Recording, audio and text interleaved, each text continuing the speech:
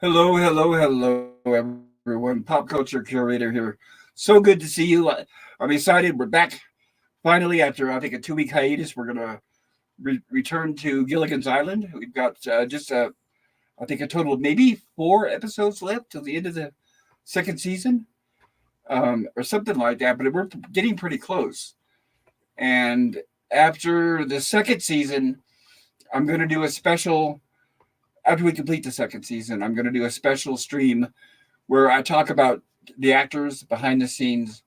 I'll show some of the clips, interviews they've done on other things, and a little bit of background and stuff like that. I've been promising that for some time, and I want to make sure I do cover that. So we'll do that when we finish season two. We'll have the little.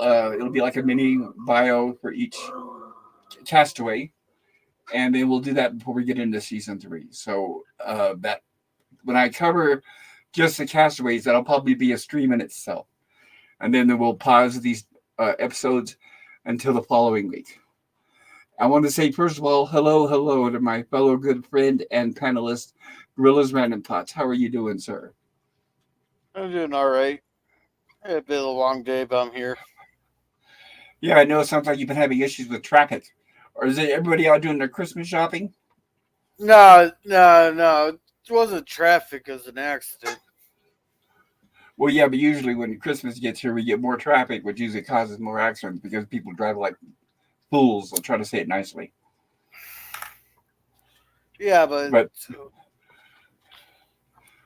what about? I have to ask. What about you? Do you drive around, do your shopping, or do you just get everything online? I'll go to stores. I like to see what I'm getting. Well, that makes sense, especially if you got your kids to buy for.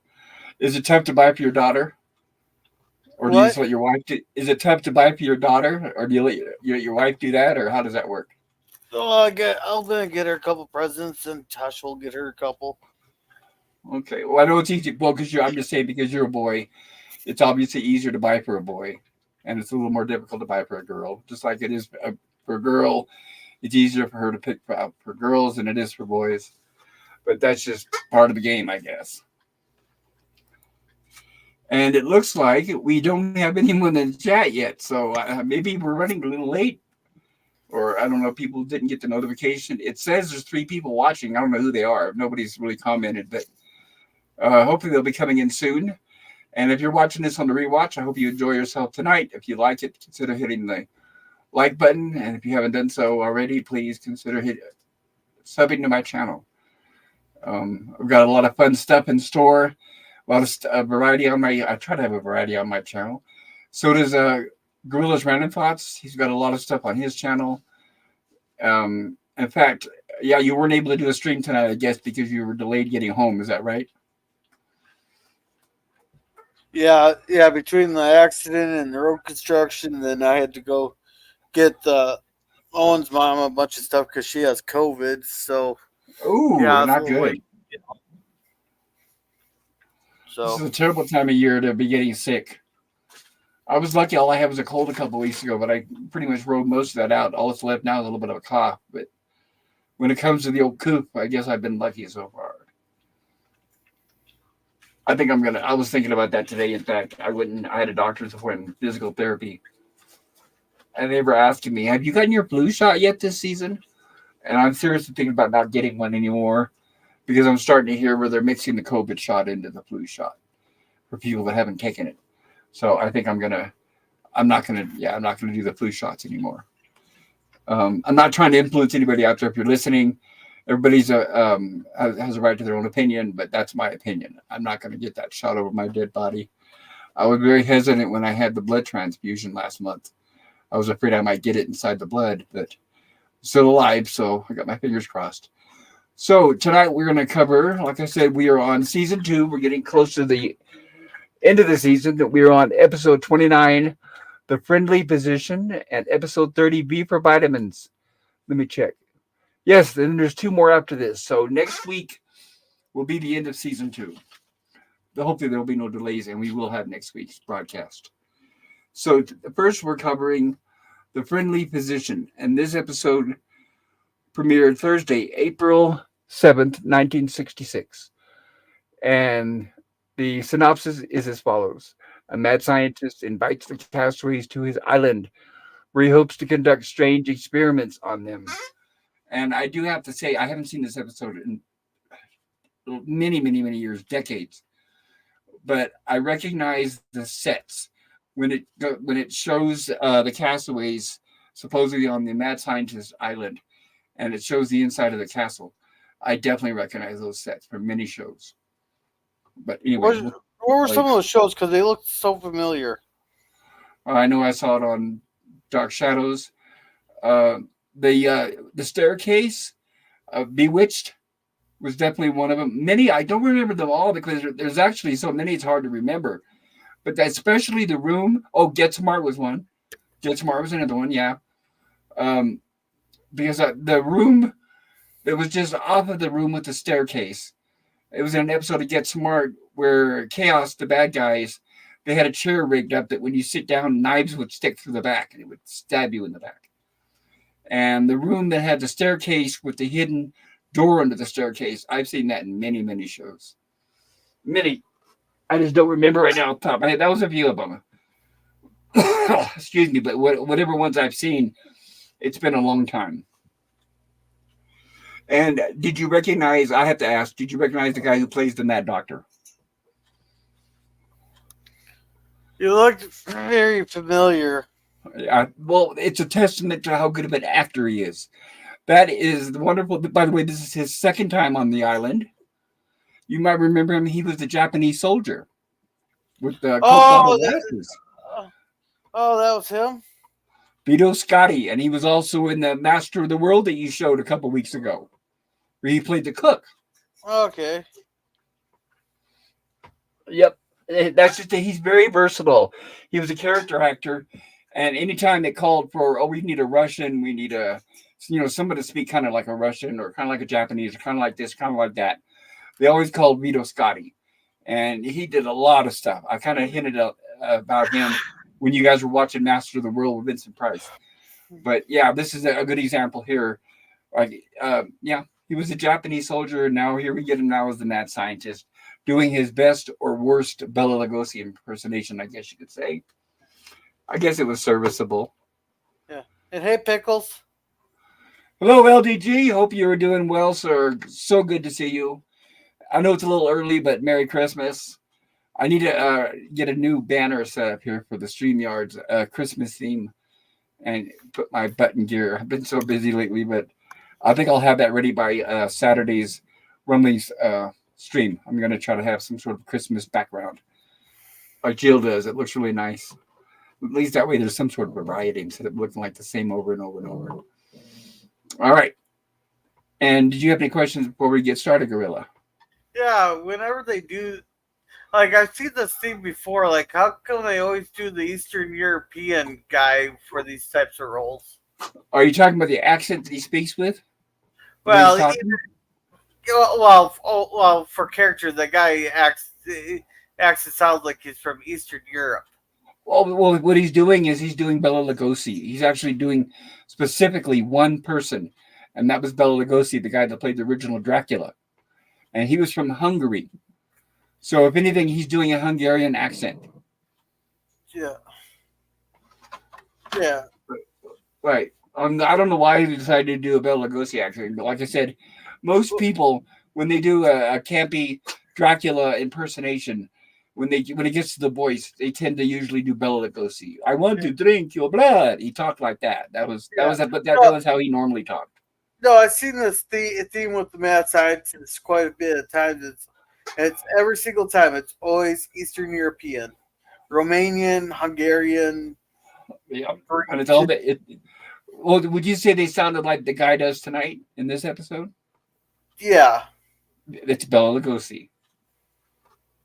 That's what I'm saying. It's one person. All these people, these voices you're hearing, they're all impersonating one person, and that was Bela Lugosi. Okay. One of these nights on our horror sci-fi stream, I'm going to cover the original Dracula from 1930, I think 1 or 2, and you'll see what I mean. He doesn't talk a lot, but you'll hear that's how he sounded. But it hurt him because his Hungarian accent was so thick he couldn't hide it. So he got pretty much he was stereotyped and pigeonholed as Dracula. So later on in his career, he really couldn't do anything else. He went and applied for other jobs, but he always sounded like Dracula. Everybody always said, why are we going to hire Dracula? So that's why he got, there's a long story, but he got really heavy into drugs.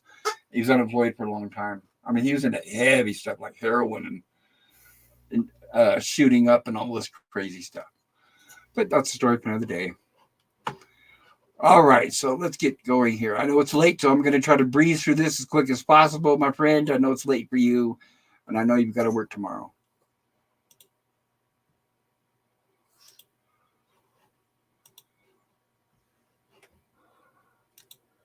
There we go. Make sure I pick the right one. Okay, and I just remembered subtitles. Let's not forget those. We're on episode 29, and there we go. All right, and here we go. And we have our opening title here. Excuse me. By the way, you heard me mention in past streams that I'm having a little bit of struggle with YouTube trying to get monetized. They keep saying, well, they won't tell me exactly why. But my point is, when I show the slides on this stream here, I'm going to try to show less of them, unfortunately.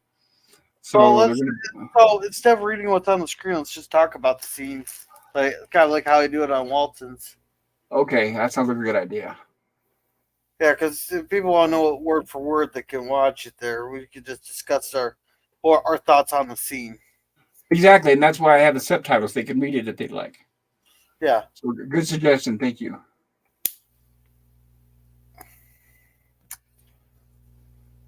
And we have Gilligan. Go ahead. Why is it always Gilligan that has to stay up at night? Like, when does he ever sleep then? If he's the one that has to always stay up, then Mr. Howell never has to stay up.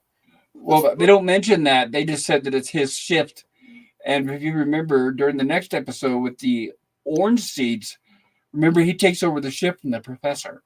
Yeah, but we never see Mr. Howell take a shift, and very rarely. No, I know, I would say Mr. and Mrs. Howell. But maybe I don't know, maybe they do something in favors instead, chores, which I can't really imagine them doing that either. I mean, obviously, we all know in real life that if a bunch of castaways like this got stuck on an island, if you had the couple that was a millionaire, oh, we're not going to get our hands dirty. We're not going to do that. We both know they wouldn't last very long. They'd probably be the first ones out swimming in the lagoon. So we have the episode, which is written by Sherwood Schwartz's son, Elroy. He has a few sons, so you'll see the names pop up. Elroy, not only did he write episodes of Gilligan's Island, but he went on after this to write several episodes of the Brady Bunch. The people that made Gilligan's Island are pretty much the same people that produced and made the Brady Bunch. Gilligan's Island was canceled. Excuse me. Sherwood Schwartz pitched the idea for the Brady Bunch to the network. They liked it. So it's pretty much the same thing. Same crew, writers, everything. And welcome, Scurvy. Hey, Lemon Pie. Good to see you. Here we have Gilligan and the Skipper bringing some wood. And if you remember, this is something that I mentioned here a few streams back. That I was saying if I really seriously wanted to get them off the island, that's what I was saying. I'd have a signal fire going 24 hours a day. And I would put wet stuff in it so that it would smoke. So not only would there be their fire, but there'd be a lot of smoke. If you need smoke, then you need to do it during the day. Oh, well, yeah, you're right. At night, it doesn't matter. At night, as long as you have the glare or the light.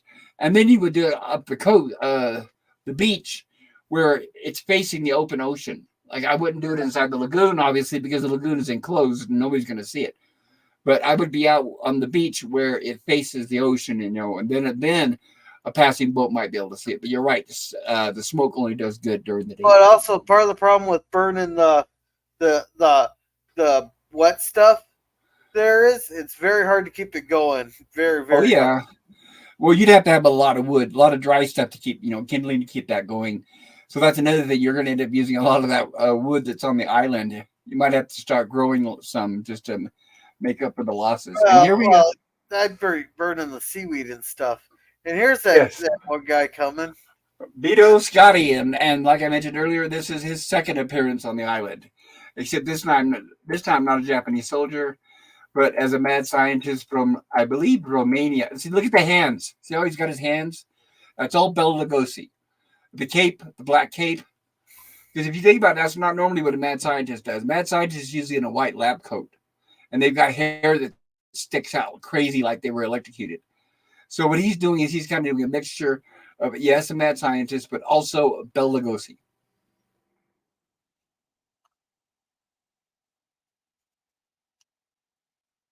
And here's where he wakes up Gilligan and tells him he's going to rescue them. And of course, Skipper doesn't believe him at first until he speaks up. And of course, the Howls are all excited. Boris Balanka. Look at that name, Boris. That's from Boris Karloff. So it's kind of like this character is inspired by Boris Karloff, who played the original Frankenstein, 1933, and Bela Lugosi, who played the original Dracula. Kind of an amalgamation of those two names. Okay. Yeah, and apparently he must have had a similar name of some guy who went to Africa and saved a doctor or something. Oh, and no, that was a joke because Mrs. Howell asked him, "Did you save those men yet?" And he said, "Who?" And then Mr. Howell said, "Stanley and Livingston." And the joke about that is they were alive centuries ago. So Mrs. Howell is so out of touch. That was the joke. They've been long dead. They're famous Okay. explorers. Oh, They were gotcha. right. They were some of the first two guys, if I remember correctly, the Yeah, first two that crossed the Oregon Trail. yeah. And now I would joke here, like, what, like, how can you thank me? I was like, oh, I could. It's too bad for the censor. I will joke to like, you can joke by going a little bit lower. Oh, right. Well, what I would do with the censors could allow, what I would do is I'd say, cut. Can we do that again? I didn't quite give it my best. I don't think that was my good side. Can we shoot that again? And then we'd have like take number 45, 46, No, 47. but like I thought, like in scene and all that, like something you could show on the screen. But that's like a joke. I wish they could have made, but because yes, I understand because of censors back then. But Oh, we've all been. absolutely. But also, I've Yeah, been corrupted by modern television. So it's sad. That's why there's no comedy on modern television because that was. Well, I guess it's the innocent that I appreciate about these classic shows. yeah, And Ginger gives him a big kiss, saying thanks for being a man. But yeah, I would try to figure out how to get them to kiss me over and over and over. So I would say, cut. Can we try that again? he And probably again already and did again that. and again. I bet you already did that. I'm sure he did that at least as a joke, right? Because I mean, how can you resist? I mean, my goodness, you got Marianne kissing you on one side and Ginger on the other.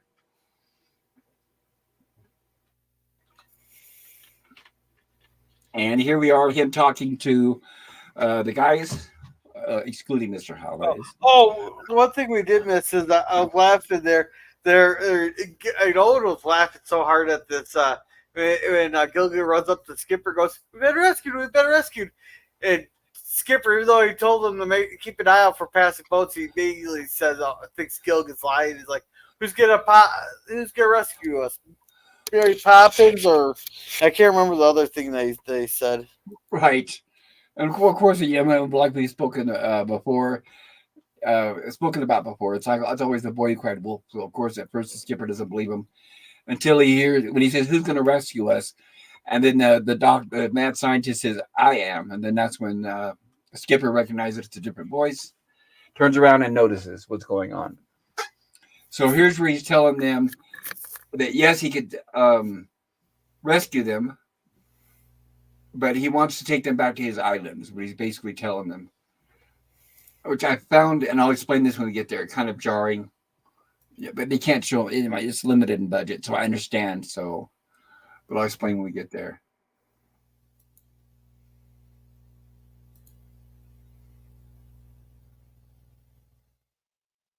Of course, he's trying to entice. What he's saying is because, of course, the castaways immediately want to be rescued and go to Hawaii. They want to take the boat and get into the shipping lane so they can be spotted. But he said, "No, I want to take you back to my private island first." And of course, right out of a Roger Corman movie, right there. What Roger Corman movie? Because I think I've seen this picture before. Well, he made several that use the same stock footage. So I'm going to guess that it's going to be either like the Cask of Amontillado, the Fall of the House of Usher. He made several starring Boris Karloff and Vincent Price. I just don't remember which one because he used the same. Roger Corman was notoriously cheap, so he did use the same stock footage for a lot of his productions, which is okay because it looked good. I mean, like this here, this is all stock footage from the movie. The Raven. I'm thinking maybe the Raven. Here we are with the set that I was talking about. See, here's where we get the room that I definitely recognize. Every time it's in a different show, they obviously what they call, they redecorate it. They call it redress. So it looks a little different, but I recognize the room. Definitely, they used it a lot back then. This was CBS, so whatever shows used it were all under the CBS banner. Yeah, it's funny. Me and older joking like, I guess the maid forgot to come this week. Oh yeah, of course. Well, it's the old stereotype that it's a Dracula. When we were covering the Dracula movie, we were joking about how Dracula does the cooking and the cleaning and all that. Well, that's what they're pretty much doing here. They're saying that there's nobody else there besides the mad scientist and his goon, I guess you could say. And Yeah. that's what I was talking about, the room beyond with the staircase that I recognize. Like I said, the first thing that popped out in my mind was Dark Shadows. They used it a lot in the Dark Shadows. If PPP was here, he knows Dark Shadows. He'd probably recognize it as well. Okay. And Scurvy says, "My private island," and welcome, Jim. Hello, Jim. Good to see you. Hope you're doing well. And I hope you're staying warm. I know it's cold out there. And I haven't heard from Suzanne yet. Does anyone know if she made it home or not? I hope she has. I know yesterday she said they were supposed to let her go today. But she's probably, knowing her, she might be sleeping it off. That's usually what I always did when I got out of the hospital. The first thing I usually do is I just go home and hit the bed. Yeah. And Scurvy here says, "Jim, do you have a private island?" Oh, wouldn't that be nice? But this is what I was talking about. Go ahead.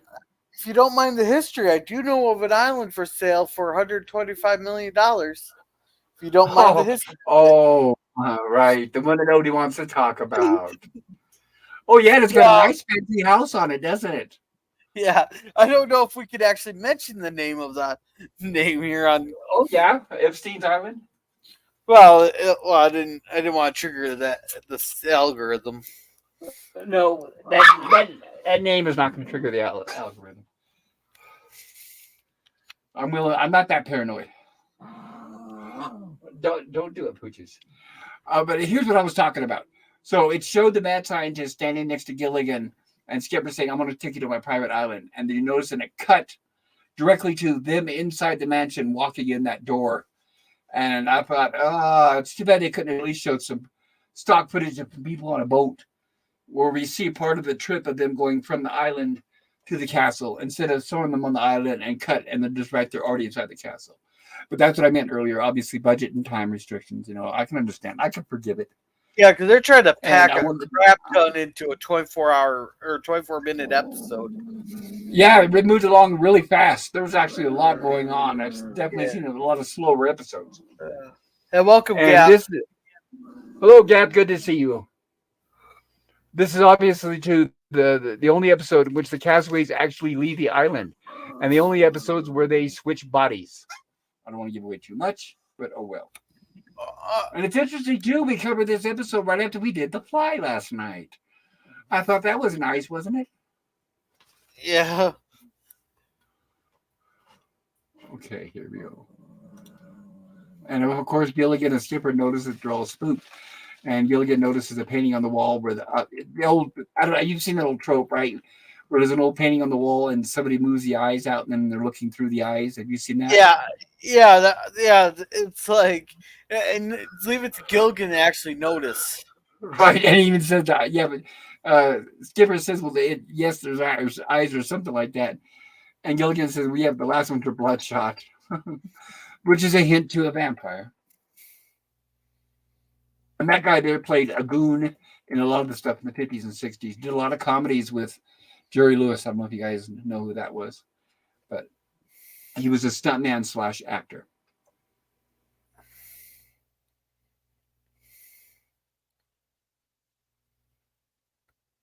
and he brings in dinner. And this another noticeable thing too is we've had before where Skipper laments and talks about how he misses having a steak for dinner. Well, in this episode, they actually get steak, potatoes, and peas. So they actually get a nice meal for a change. And here comes the mad scientist. I'll say, I guess, Boris. He says, I see you've met Igor. Even the name Igor, that's straight from Frankenstein. Yeah, I was wondering where I've seen him before. Well, the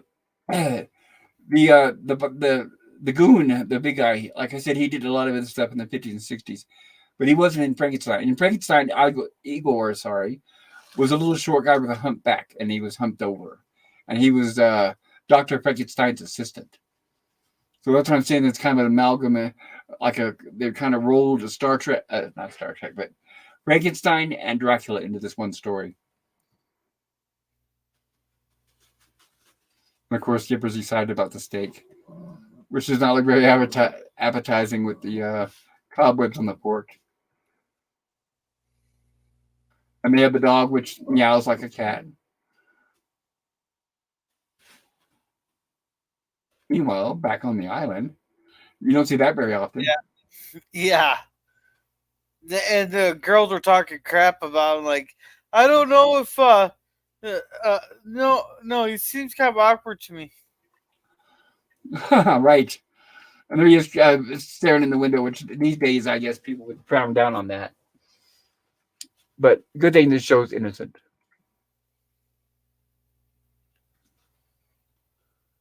And here's where Gilligan is explaining that dog is bow wow, not meow.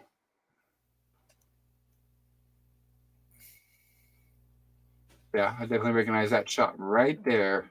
Many shows. I think a few movies too, probably.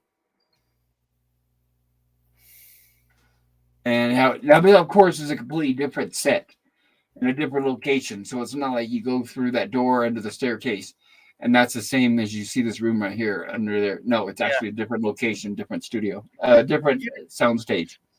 You know, I think it'd be cool if it be able to have a house big enough there that you have these hidden rooms and all that in, because you got like the staircase there, because you had the dogs there. They couldn't. I was thinking, laugh at this part really caught Owen's attention. He started paying more and more attention with the animals there, especially when I was pointed out there, and with the dog meowing and the cat barking. At first they thought they're going nuts because they've been on the island so long, but then it all pays off here in the end. True. And it's like, of course, this guy's supposed to be a mad scientist doing experiments on people, animals and people. Why does he keep around these ancient torture devices? But of course, that's just to give us, the audience, kind of to help make it look more like a haunted house, I'm guessing. Here's where Skipper absolutely gets locked in the stock. Well, that had to be terrible back in the days. People got locked in those things. Because not only they locked them for like days and weeks, but they would tell the townspeople to go and mock them, throw rocks at them, hit them, slap them, throw feces at all this crap. People would torture them while they were locked up. So it wasn't like just hanging out.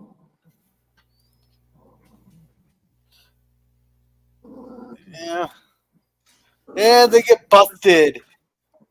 Now, fun fact about this parrot here, the Vito, whatever his name is. Vito Scotty. Yeah, he hates that bird. He kept yes, he does. Well, what's interesting is I'm thinking, okay, why did they have the bird on the shoulder? And this is like another throwback, like what Lost in Space did to Long John Silver from Treasure Island, because Long John Silver had a parrot on his shoulder. So I don't know if it's just an extra joke on top of the other jokes. They added that. Well, the parrot, it's one of the animals he switched there, but the parrot kept biting him. Yes. Yeah. And of course, he brings the goon down, Igor, to force. This was interesting too, because as you know, because like I said, I hadn't seen this many years, so I was thinking, is Skipper going to fight back, or what's Skipper going to do? And all Skipper does is just slightly pat the guy on the back. I'm like, okay, I guess. Well, that guy is twice his size there. Yeah, and he's supposed to be like really super strong. And yeah, Yeah. the old plot. You know how we could tell he's strong? Because he's wearing the leather belt. That was an old trope back then. And that came from the circus. The strong man always had a leather belt. Okay. Is there a reason behind that? No, it's just appearance. Nope, just appearance. It's always a big, wide leather belt. In fact, there's a really good, a few circus movies I want to cover. But if you remember when we did Freaks on our horror sci-fi stream, and the strong man there had the belt. And there's actually a lot of movies that take place in circus that I like to cover. There's a new one by Guillermo del Toro that came out a couple years ago, which is a really fantastic movie. So here's where we have Gilligan and Skipper chained up. Yeah. And of course, You know, no, Skipper really wanted to. I think he could have probably busted those things. you could at least try it. They could just show them struggling, right? Yeah. But they're not going to show them struggling because they're breakaway chains, which we'll see soon enough. And they're expensive, by the way. So when they're given things that are supposed to break, like chains and fake metal things and objects, and they're expensive. They're not cheap. And there's the painting with the eyes. Yeah. As you can see, the eyes are moving. And now we have, of course, they didn't show it, but now suddenly we have the girls here on the island. So we're assuming that he went over to the island, got the girls, and brought them over. Yeah, all five of them. Yes. Well, that's right, Mister. And they suddenly all this happened off screen. By the way, this is what we were talking. Like Gorilla was mentioning earlier, they really rushed this episode, so it cuts to the women here already on the island. And plus, the women say that the professor and Mister Howell already went looking for Gilligan and Skipper. So it's like, oh, well, when did that happen? Well, it was off camera. And this is where she explained that they went out looking. And Yeah. Ginger's, go ahead. And I was gonna say with these guys here they're like, why would he say they're in the greenhouse when he doesn't? Like he could at least give them like tell them that they're sleeping and he doesn't want to disturb them or something. Well, that's true. Well, yeah, that's true. I don't think that he was right. He told them he was not telling the truth, obviously, when he told Mr. Howe and Professor that there was a greenhouse. But I don't think that he thought that they were going to go actually looking for it. Yeah. But of course, there's supposedly. Oh, sorry. I was just going to say that, of course, they're looking for Gilligan and Skipper. Yeah. No, I thought it was funny. They're just signaling if you hear anything, anybody coming. He goes, well, what kind of signal? I don't care anything. How about high pitch and scream? Like, right. Because that's an old trope from those old black and white movies too. There's always those ear splitting screams that annoy the crap out of me. All right. Because I'm listening to mono on the stereo. So here's what we have. I think it's pronounced mono. I could be wrong, but I think mono is the disease. But whatever works. So well, Mr. House said, sorry, what's that? I was going to say, go with what I mean, not what I say. Right. So Mr. House sits on the chair, which revolves a revolving wall door or whatever, and it takes him into the mad scientist's lair, I guess you could say. And he tells him how he wants to rule the world, and he's telling Mr. Howell. Of course, Mr. Howell is just interested in money. He's not interested in ruling the world. He even says that he just hires someone to rule the world for him. But the mad scientist tells him that here's where he explained that his evil plan is to swap out the brains with other bodies to have all the world leaders. That's another old plot. Of all the world leaders, switch out the brains and then take over the world. So now we have the other castaways reunited.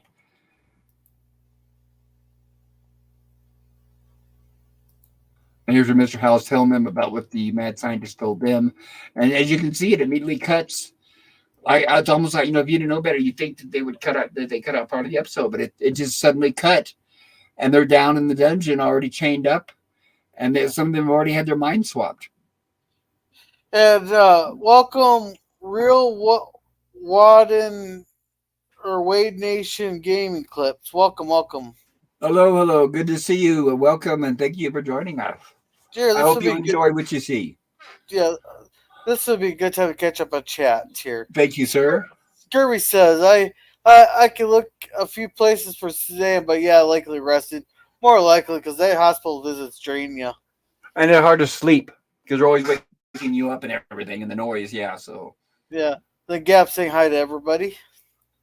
thank you, Gap. Hey, Good to see you. and Scurvy here says, this guy has a private island, but wants to make Gilligan's his private dancer.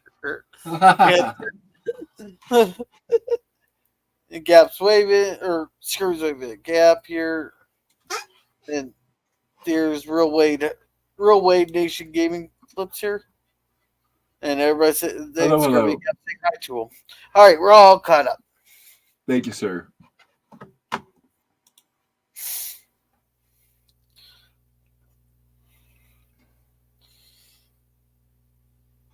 Yeah. So I guess Marianne's in the stock. And there's Ginger, where she's on the rack. I do like the set; it's nice, but like I said, they've obviously used it on several productions. And here we get where Mr. Howell and Gilligan have already had their minds swapped. So they come down the stairs. Mrs. Howell starts talking to Mr. Howell, not knowing that that's actually Gilligan. And you could tell. Obviously, I can't play the audio here due to copyright reasons, but you could tell by the way they're acting that they're acting like the other character. If that makes any sense. I feel like Mr. Howell, the way he's standing. So we have Gilligan's voice coming out of Mr. Howell, and Mr. Howell's voice coming out of Gilligan.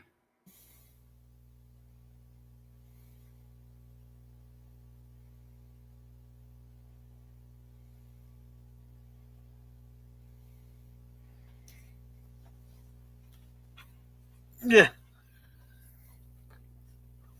Yeah, it's funny. They keep mixing up each other. They're like they couldn't figure it out there. Yes, until they spoke. Well, Levy kept thinking that she's forgetting that it's Gilligan inside Mr. Howell's body, so she keeps addressing the body of Mr. Howell like it's her husband. Yeah. And I like this scene here. That this is where Igor is coming down the steps, and Mr. Howell, which is Gilligan, decides to jump on his back. And I thought that was great that Jim Backus, considering he was 60 years old here, if I remember right, that was nice of him to do the stunt himself. They did not use an extra or a double. So I definitely like that. Yeah, well, it's lucky that that actor that plays Igor there can even keep him lifted like that. You know, not like fall over. Yeah, that's what I was. Right, that's what I was saying. He was pretty strong. He was a big man, and he was a stuntman. So, yeah, he can handle it. But it is. But you're right that Gilligan, for example, would be much easier to lift because he's skinny. But Mr. Howell is more. Jim Backus is more weight. But of course, Igor wins, and now takes them up. You recognize those glass cases? Lost his face, and the fly. And welcome, Daniels. Right, we get to see the same old props again. Hello, Daniel. Good to see you. I hope you were doing well, sir. I'm glad you could join us. But it's funny pointing out the props because it gets to where it's like, yeah, I remember that. Yeah, I remember that. Yeah. And Daniel says, hello, Pop, hello, girl. Why is Gilligan and his company in a chamber? This mad scientist that you see on the left went to the island and then kidnapped the castaways, took them back to his private island and his mansion because he wants to conduct experiments on them by swapping out their brains. So the plot of this episode is where he swaps bodies and brains with everybody. So far we've got Mr. Howell and Gilligan that have been swapped, their brains. Of course, Mrs. Howell's complaining about Mr. Howell. She doesn't like the way he looks like Gilligan.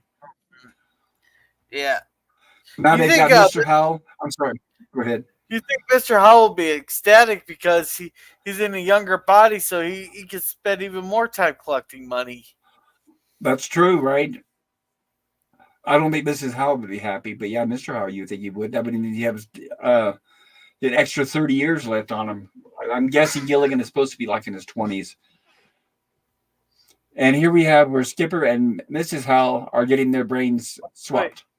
Wait, Gilligan has to be older than that because he served at he served with the Skipper in World War II. Well, then 30s. I mean, I know they really go out of the way to try to make him look younger. Like when they okay in Gilligan's Island here, like we've seen these episodes, his hair is black, dark brown, whatever.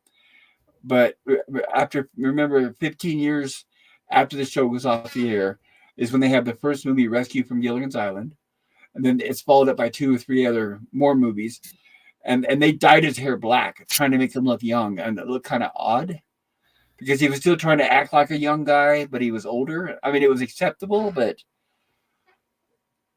you're right, probably 30s because I guess they're supposed to be in World War II together, and this is supposed to be the 60s. Yeah, I'm looking to see if they ever mentioned it. So apparently, from like I said, a lot of what camera or occurred off camera is Mrs. Howell and Skipper had their minds swapped, and then when we cut to the scene, the professor and Marianne have already had their minds swapped as well, and now we have Skipper on the rack, the body of Mrs. Howell, that is, or the brain of Mrs. Howell. And now is where Igor comes down, and unfortunately, Igor has the brain of Ginger, so he's walking and Yeah, acting like a woman. yeah, and when he's walking there, you almost wonder if the actor's gay there because he's doing that way too well. Right. I know that, and right, and the way he's doing it, they would not allow that these days. That would be considered mocking a certain group of people. So yeah, right, these days you would not see that. Remember, everybody, this was back in the days when people had a sense of humor, and they weren't looking for reasons to be offended, and they complained about everything. Anyway, so this is the Igor with the brain of Ginger. He or she, whatever, comes down the stairs, not realizing that she's in Igor's body. So they tell her to look in the mirror, and that's what she's doing now. And says, "I think I'm going to cry," because she sees that she's looks like Igor. And now we have Marianne, who is the professor, which I thought she did a good job acting like the professor. She's acting level-headed and barking out instructions. So she tells, obviously, I guess Ginger, who's in the body of Igor, to break the chains. And Ginger says, "All I can break is a fingernail." And then Professor Marianne says, "Not now. Now you're strong enough to break those chains." Oh, the one thing I wanted to mention there is yeah, like they tried. You could totally, I could forgive it because they probably didn't have the much of the technology back then as they do now, Uh-huh. where you could totally tell the voices were dubbed over, like Oh, everything was dubbed absolutely. over. Especially Ginger and Igor. Yeah, or well, I could definitely notice it on Gilligan and Mr. Mr. Howell. Howell. Yeah. Looping, they call it. Yeah, dubbed over, but or looping. And Igor slash Mary slash Ginger. This is difficult because of the brain swap. But Igor slash Ginger breaks the chains, freeing Skipper, and now releasing. And now the first thing that the professor does, I remember the professor is in Marianne's body, is start having them get back into those chambers, and then reverse and put the bodies back and the brains are back in the right place. Yeah. And of course, due to budget constraints and time, they don't exactly have a lot of fancy lab equipment. So all they have there is the ship's. I can't remember the name off the top of my head, but the thing that Marianne has in her right hand, that's the thing where they control the speed of the ship, where it'll say like full speed ahead or come to a complete stop. So it's kind of like Yeah, I not see like that. the Yeah, accelerator in a car, and it's like an indicator. yeah, I see one of those in on the Titanic movie there. But I think we see that on Master on Master and Commander. no, not Master Commander, Master of the World or something. Oh yeah, with And, Vincent Price. and welcome PvP. He says, "Darn, missed most of the first one." Oh, sorry, PvP. I'm trying to. It's late. We're starting because, as you guys all know, that I usually start my streams at 7 p.m. Mountain Time, but we do our Gilligan's Island at 8. So since it's an hour late, I'm going to try to breeze through these relatively quickly. Yeah, yeah. And it's like, I mean. Oh, did we already miss Skipper and Mrs. Howell? Yes, were there switched bodies or brains? Yes. Oh wait! It's right here. The part that I want. Oh, this is the part right here, right here. Love you, I'm back. Oh yeah, where Levy says, yeah, "Don't kiss me." Kiss me and I'll belt you. Yeah. Right. Oh, oh man, man, I was laughing so hard at that part. There. It's kind of right. It's kind of a reversal because Mr. Howell is not used to it, just like she wasn't originally when Mr. Howell and Gilligan were swapped. Sorry, Captain, but you do remind me of my wife. Of course. Marianne in the booth. So now it's time for Marianne and Professor to get swapped back with the normal bodies. But like I said, they move along pretty quick. I mean, this episode goes fast. Yeah, where's Ginger in it? That's because, well, She's I still in think, Igor's body. yeah, no. But where's the actual Tina Oh, Louise?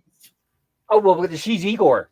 So they're gonna show her in a minute here. She's basically now she's taking Igor's place and she's walking around with the mad Oh, scientist helping him like his assistant.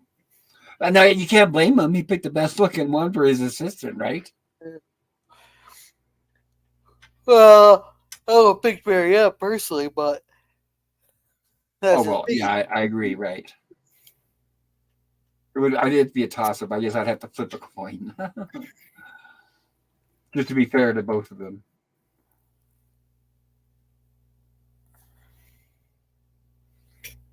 Get me back my beautiful, beautiful body, says Ginger as Igor. And see, here's where the mad scientist comes in with Ginger behind him, which is Igor. You know, I know it's confusing for you guys in the chat. I'm sorry, but yeah, the mind swapped out for Ginger and Igor. Yeah. And even the mad scientist forgot. Igor, I'm in here. Oh, you want to know? Fun fact: this is the first episode here that Mr. Howell, Ginger, Mrs. Howell, and Marianne only had one outfit change. Oh well, that's interesting. So I And think you're it's the right. old. No, that's very interesting, and you're right about that.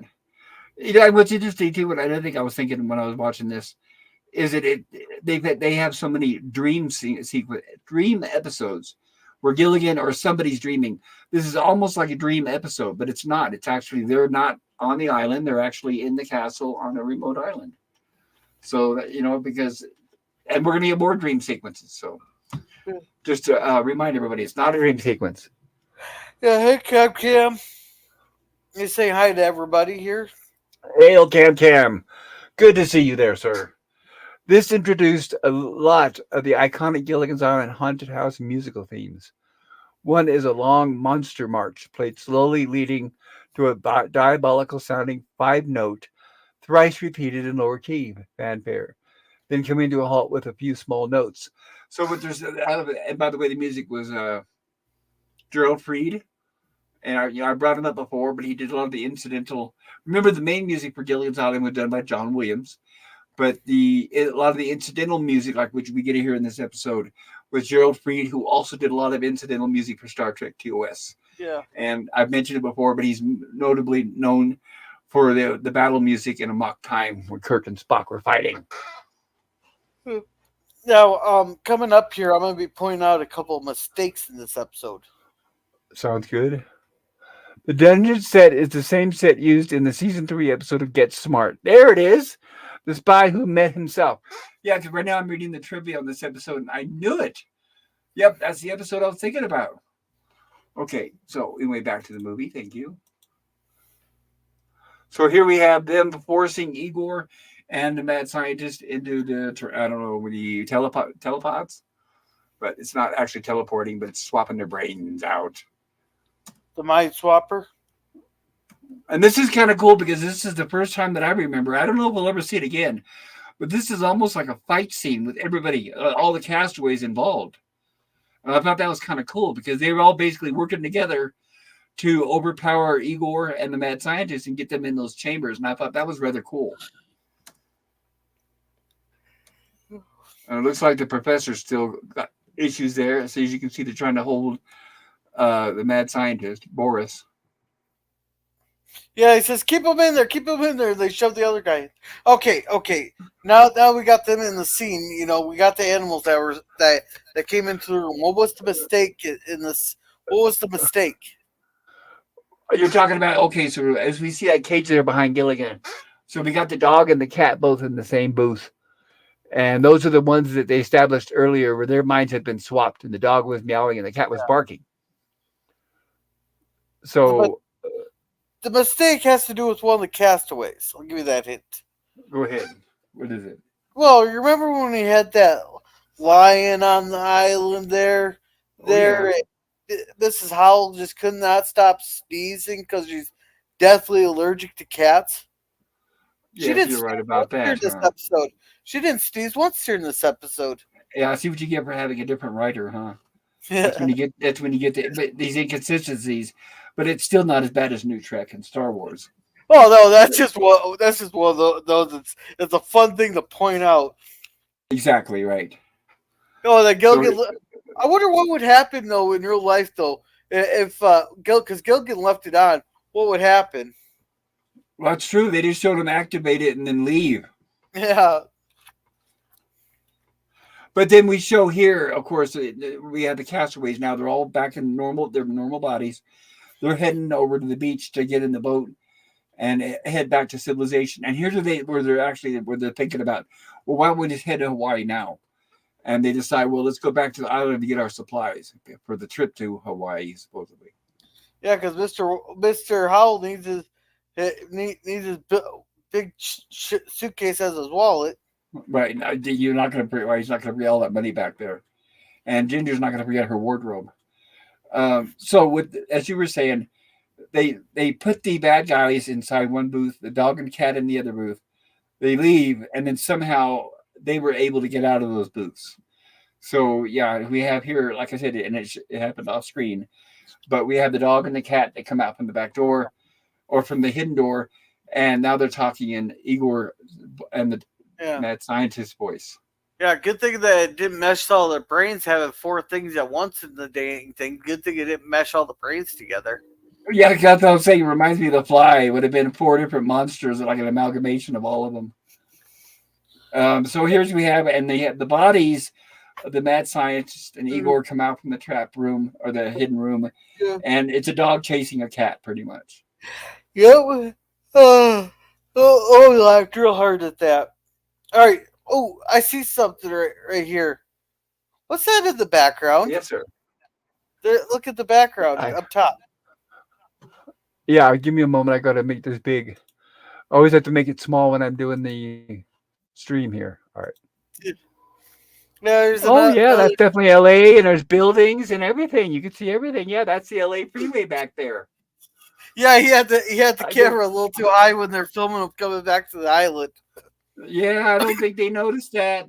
But yeah, basically, and I've mentioned this in earlier episodes. That's a parking lot back there. This is obviously a set built in middle of downtown Yeah, LA, and the right off CBS the other studio. side.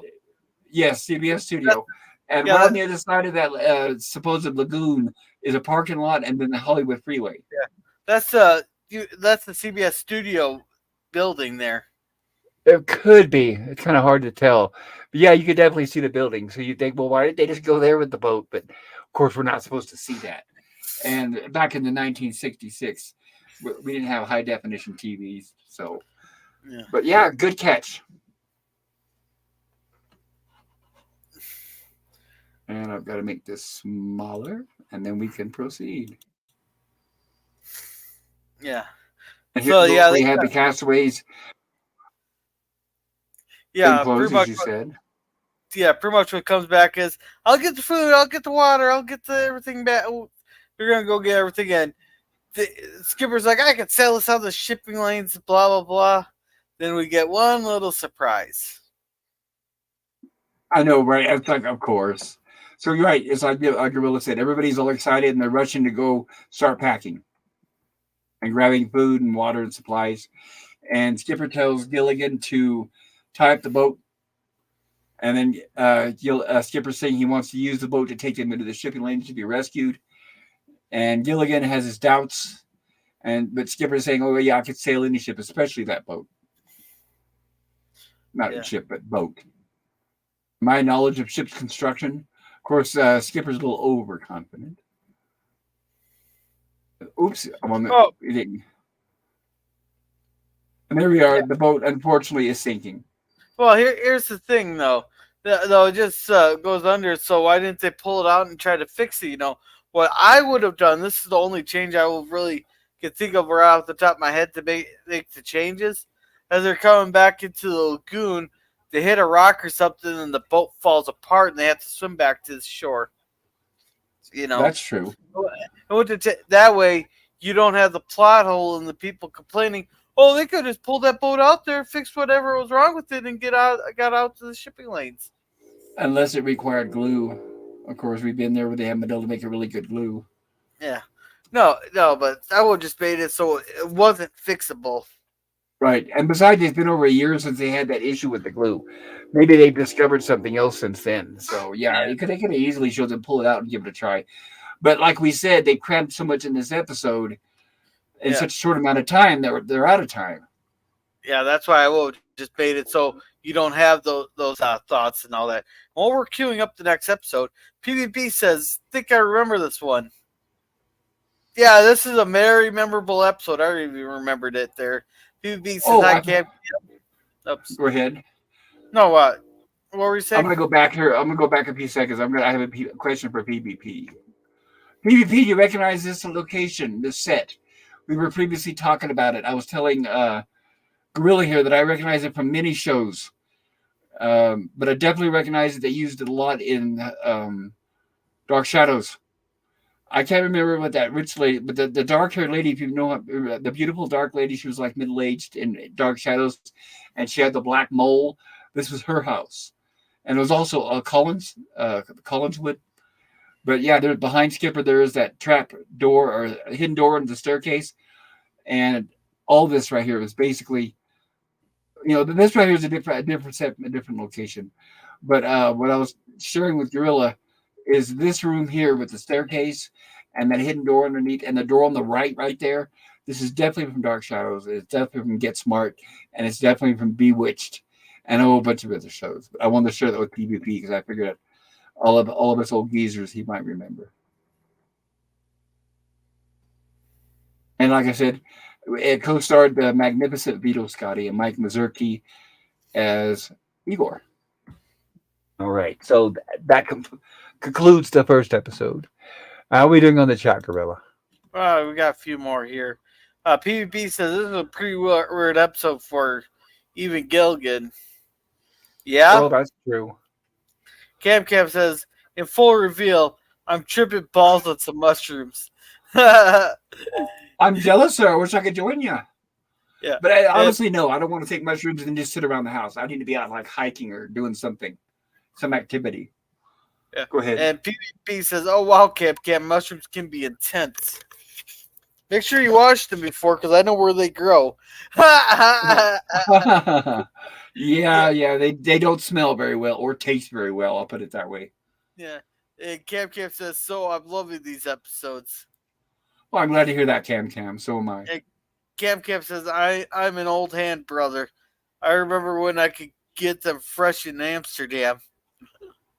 Well, I always, it was funny as growing up, Amsterdam was kind of like the Emerald City in Wizard of Oz. All of us, our friends and everybody were, wow, I can't wait. One of these days I'm going to go to Amsterdam where everything's legal. I'm going to buy all this pot. I'm going to get high. And the next thing you know, they legalize it here and there's no reason to go to Amsterdam. So they brought the pot here instead of us having to go to Amsterdam. So I guess that made it easier. By the way, a reminder too, the plot with the mad scientist on an island who experiments first with animals and then humans, that's basically ripped off from the Island of Dr. Moreau by a story by H.G. Wells. And they made 2 or 3 three movies that I know of, all horrible, disasters, bad movies. The story is really good, but they haven't been able to really tell it properly on film. The last one was, with Marlon Brando and Val Kilmer. Terrible, terrible movie. Sorry to interrupt. Any more chats? Yes. Thank you. It jumped on me. And Scurry's way back. Cam. PvP says, sounds good. He says, Pies, good to see ya. Lemon says, always a pleasure, Mr. Cam. And PvP says, yes, Dark Shadows, Collinswood Mansion. And that's the room where same old set. entered the series. And thanks, but Yes, we're friends. in fact, right. In fact, they had because if you remember, right, that room with the staircase and the hidden door, there was paintings on the wall, and in Dark Shadows there was a big painting of Barnabas Collins, who he was a vampire. It was a soap opera. It was on in the late '60s, early '70s, and it was interesting because it was a horror soap opera, and the main character eventually was Barnabas Collins, who was a vampire. And there was a big painting of him in that same room with the staircase and the hidden room. Oops, let's get those subtitles. Yeah, Cam here says, thanks, but we're friends. Cam is good. You guys have no idea. And PvP says, a friend and I did mushrooms in the 80s. He crashed in a chair. I danced the classic rock for 5 hours nonstop. Amazed my heart didn't burst. Sounds like one hell of a time. Yeah, how somebody would sleep on. Yeah, how somebody would sleep on magic mushrooms, I don't know. Maybe the guy was really exhausted, but yeah, for me, um, it was like an upper. I was excited. That's why I said I couldn't imagine taking them and just hanging around the house. My heart was accelerated. It was almost like taking how do you say this without sounding like a drug addict? A lot of caffeine. I'll put it that way. Yeah. And Scurvy here says, "Whoa, accident! I hit him, but I did it. Did it? Sorry, accident." So apparently, Scurvy's timing out our guests. Is there a way to untime them out? No, you just gotta wait for it to time out. Hopefully, it How wasn't long for. is it for? It can be anywhere from a minute to 24 hours. I don't know It how doesn't bad. say. I thought it said so. Doesn't it usually say? Let me see. I'm looking I'd now. have to go. I'd have to go into the actual YouTube app here. I'm in the YouTube app. I'm looking for it. Upper doesn't begin to describe. Okay, yes, you're right. Cam crash course message deleted by Lemon Pie. No, it doesn't say that Lemon Pie is on timeout. It just says a message was deleted. No, no. Oh, because of the time. Yeah, you're right. There's more of them. So because of the timeout, the messages were deleted. Okay, it was unhidden. He was unhidden. You've been warned, Cam. That's your warning. I don't know what you said, but you've been warned. Now, so if you unhide them, does that mean it shows their chats again, or are they still hidden? Yeah. No, you can see the chats now. Yeah. Okay, So, I've seen it happen before on Bird of Praise channel. So yeah, it's okay. Yeah. So Daniel here says, I remember that movie, The Island of Dr. Monroe from the 90s with Val Kilmer. Me and my family rented it from Blockbuster, and I loved it. Yeah, okay. It's in a Treehouse of Horror similar to that. Yes, it's similar to that. And Scurvy here says, sorry, Cam. Scurvy, rule number 6. And PvP says, LOL, I was wondering why I lived. And PvP says, go ahead. Oh, yeah, Pop. Upper doesn't begin to describe it. Yeah, definitely. He's talking about the magic mushrooms. Yeah, and Screw says, I hit him and unhit him. He should be okay now. Yes, he is. Thank you, Cam. Gab says, PvP says, I once tripped with friends and sat down and read Valter's Candid in short time. Wow, I give you credit for that. So I remember Bird was wondering this the other day on his stream because it was the other day somebody accidentally muted somebody. So because Bird was wondering if a mod can mute a mod or bounce them. But it looks like a managing mod can boot a standard mod. Right, but Cam's not a mod at all, but Lemon Pie is. So in this case, somebody who wasn't even a mod bounced a mod. Yeah. Scurvy accidentally bounced Cam, so because Scurvy's a mod. Wait, no, I thought Cam bounced Lemon Pie. No, but it's the other way around. Oh, okay, gotcha. All right. And Scurvy says, no, it was an accident, LL. And I have to say this, Cam says, fuck you. Please, not on this stream. Not on this stream, guys. Watch the language. And I'm gonna grab a soda. I'll be right back. well, they're joking with each other there. Yeah, it's No, Scurvy here. there's no joking on my Lost in Space or Gilligan's Island streams. People have been warned enough times. I don't allow that language, and I don't like giving warnings, but I will ban people if they use that language. But I'll be right Okay. back. Scurvy here says, I better put my thumbs away until my buzz dies down. Yeah? And Scurvy here says, all good. Yeah. No, it's funny. We get Gilligan here. We'll see here once Pop comes back. He's carrying a big old log there. I was like, I'm guessing that had to be made out of styrofoam because, or either that is a real rotted log because those things get, because it is a solid log. There's no way in hell he could carry that because I have my own fire pit. I know how much that crap can weigh. So, and then we get the skipper there as well. He's wondering how they kept their hair the way it was, but apparently they have a pair of scissors and Ginger can actually cut hair. You know.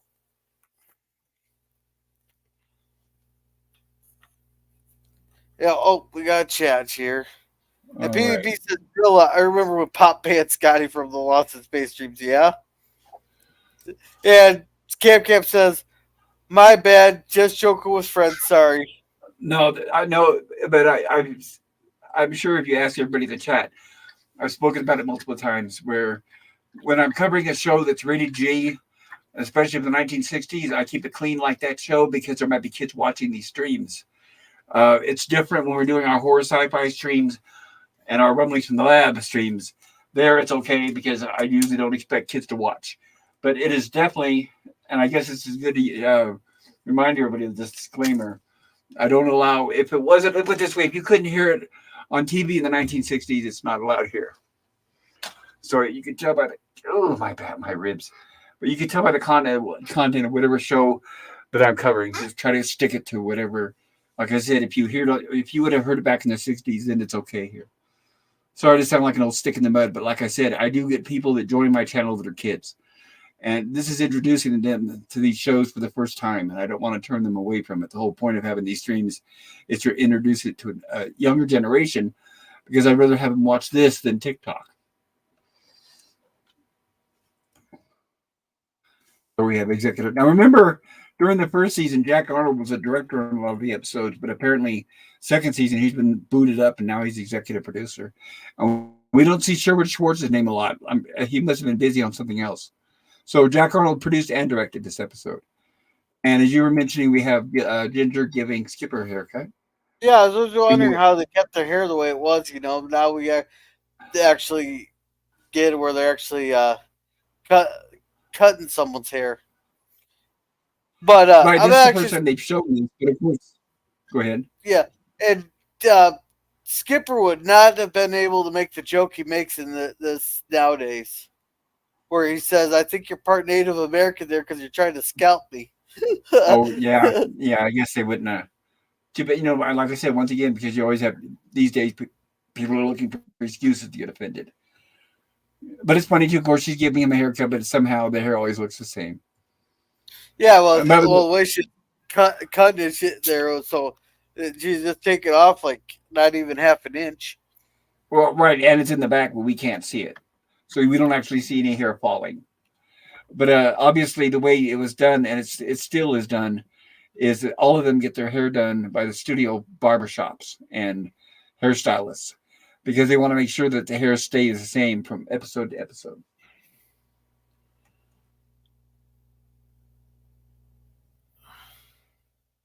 So Gilligan drops the log. Of course, first Skipper warned them, you better move that or someone's going to trip over it, and which is the first thing that happens is Skipper trips over it. And Skipper realizes that he's not able to lift it, even though Gilligan was carrying it under one arm. And there he is, Gilligan just picks it up and throws it aside. Oh, and I want to explain something here. Watch this.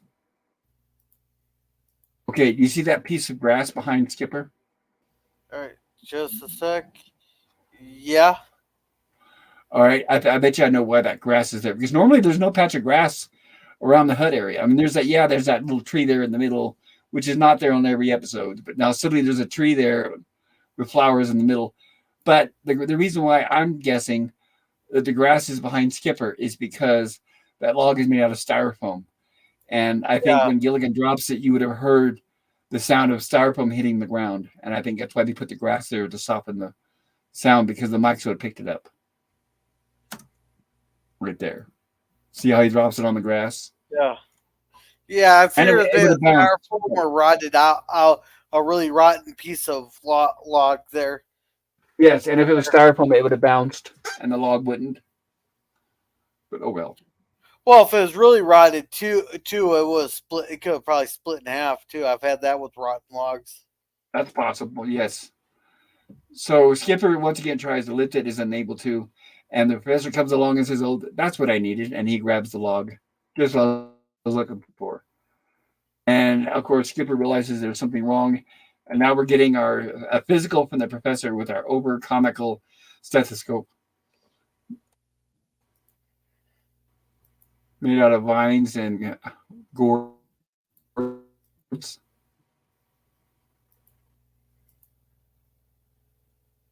And so here's where notice that the professor says he's going to give the skipper a blood test. And they established a few episodes back what those needles look like on the island, but here we don't see the needles. So I guess they decided not to play that same joke again. Well, you don't need that much blood, and else you could probably have done is pick the pick a scab or something, and gotten the blood, or poked it with a tiny Ooh. piece of wood. I hadn't thought of that.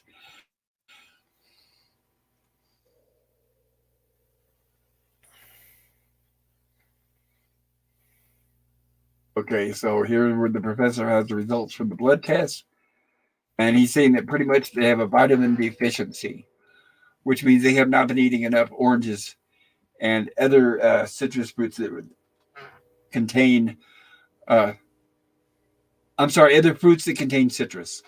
So they haven't had it, which I thought was odd that I thought they showed oranges in the previous episode, but I could be wrong. So yeah, basically they all have iron deficiencies, and he's saying Well, since Skipper is the heaviest one, it's showing up on him first, but it's going to eventually show up on everybody. They're all going to have vitamin deficiencies. Go ahead, Gorilla. yeah, but Sorry. did they have pineapples on the island? Because I thought Pineapples. they had pineapple cups. Oh, they do, and they're going to show one here when they go to when Gillian goes and tells the girls there's a pineapple on the table right in front of Marianne, but drum roll, pineapples are not citrus fruits. They contain vitamin C. They have vitamin C, they have an acidic taste and everything like an orange, but they are not considered citrus fruits. Yeah, but it will still cure them with their vitamin C deficiency. See, it was well. Did he say vitamin C or did he say vitamins? Vitamin C, because Trying to that's why they need these citruses because they had right. a vitamin C deficiency. Oh, come on, try to grab that. Yeah, hold on a second. Let me check because I know pineapple is not a citrus fruit. Let me see if it has vitamin C. I know it has vitamin A. It seems that you think it had vitamin C. Yeah, it does. Well, like I said, they don't bother to hide the pineapple. I mean, it's right there in front of Marianne. Well, that's I think that's a writer's mistake.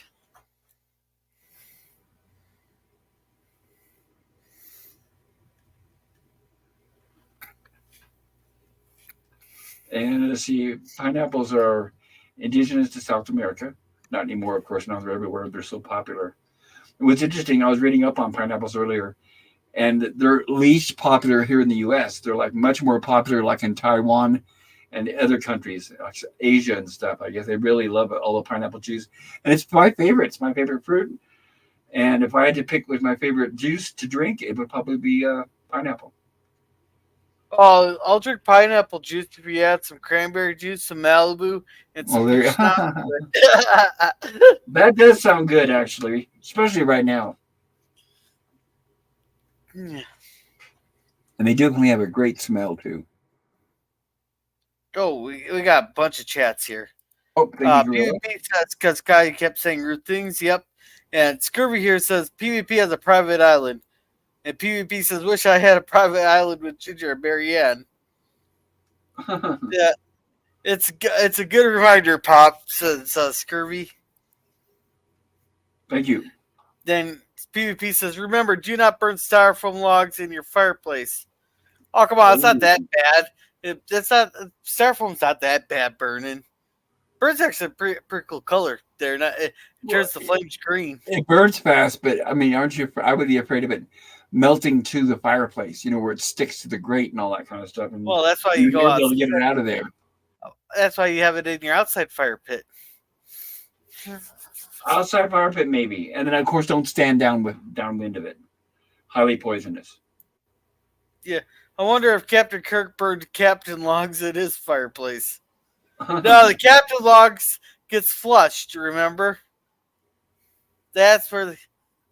And Scurvy is offering to let us eat him there because he says, "Remember to get your citrus, folks." Very kind of you. Thank you.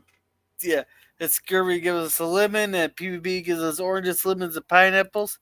And Cap says, "Take it easy, everyone. Citrus prevents scurvy," which is how the British mariners got the name limeys. Then Thank you. Appreciate that. PvP says pineapples are grown in a lot of Hawaiian fields when I was there in the 70s. Yeah, tropical areas where it's warm and where it's a moderate temperature, not too cold, not too hot. And one pineapple takes an entire year to grow. So yeah, it's like I'm surprised they're not more expensive. Like I saw them they're on sale this week at the store. I think they're like $1.25 a piece, and I'm thinking that's not bad at all. Yeah, and welcome, Cody Guy. Hello, Cody Guy. Good to see you. I was thinking today. I think I'm going to buy some of those pineapples and make caramelized pineapple. It's like that is a delicacy that is to die for, as they say. And here's where she tells him, Gilligan, they automatically assume for the worst, the girls do. Oh, you know, we've only got 2 weeks to live. Yeah. You know, and he says it's going to start affecting everybody by weight and all that. Or have we gotten that far yet? Yes, we're the heaviest burst, so that's why. Yeah, that's what the professor was mentioning. The heaviest burst. And then Mr. House says, good Lord, I'll be second then. Yeah, and that's not really how vitamin C efficiency works, but I know we need it for the show. And he says I would think the lightest person would be affected first. You think the heaviest person would be more healthy, but well, it just depends on how much you take in for citrus and stuff. Yeah, but he said first it'd be Mrs. Howell, then Ginger, then Marianne, but Mrs. Howell's smaller than Marianne. I know, right? But they did mention her first. Yeah. Which I'm surprised the actress put up with it, but I guess she doesn't care. She's got a sense of humor. And of course, Gilligan has from out of nowhere, Gilligan has an orange. And that's why Skipper's acting the way he is. And he asks Gilligan, where did you get it? And he says, from an orange tree. And then, of course, Skipper calls out everybody. Everybody comes running. But then now, here's where Gilligan says that there was only one orange left on the tree. There it is. It's the last one. And of course, everybody wants that orange.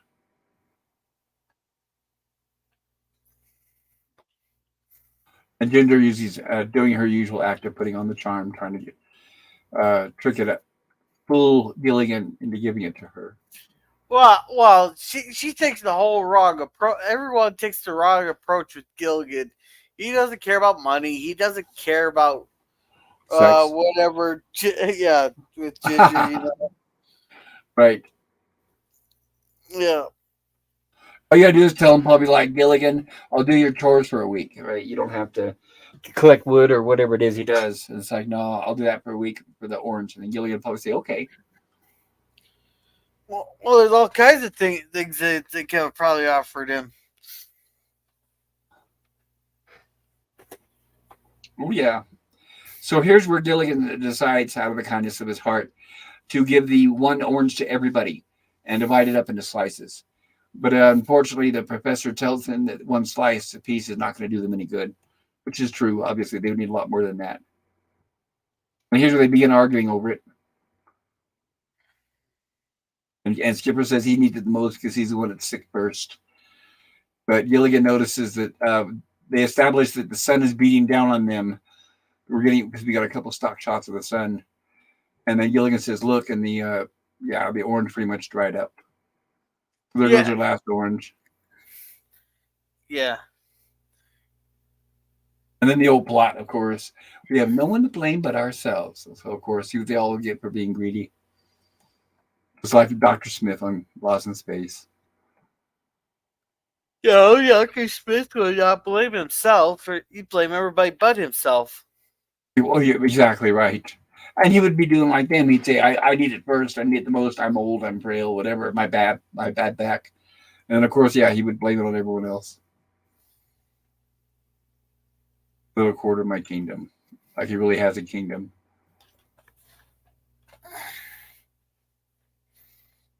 You know, I was thinking about that when I was watching that previous episode where they were in that castle with the mad scientist. Yeah, I remember now what you were saying about if you had a house that was like that. If I was Elon Musk, somebody that rich, Bill Gates, something like that, I would build a house with secret passageways and everything.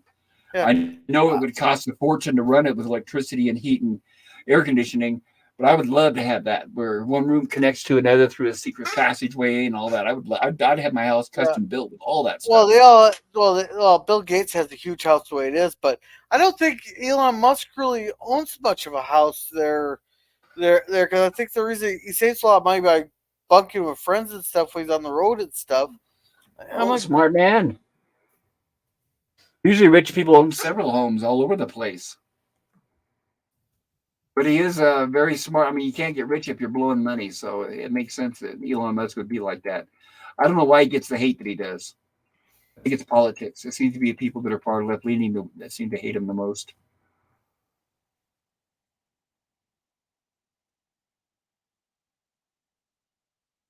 And here's where they decided to take the seeds from the orange that dried out, and they're going to plant them. So the girls are trying to plant them.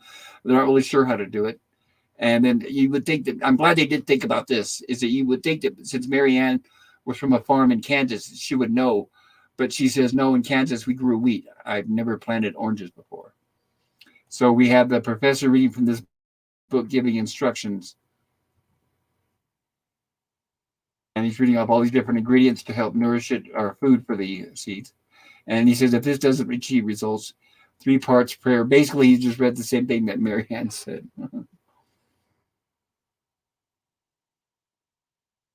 And Gilligan planting the seed, but unfortunately, he thinks they're in the shade, but it's his own shade where he's sitting. So here's this what I was talking about during the last episode. Yes, we have the tiki torches, and they're doing this because they want to try to keep the seeds warm because apparently the temperatures drop down to a certain point where they're afraid that they're not going to germinate.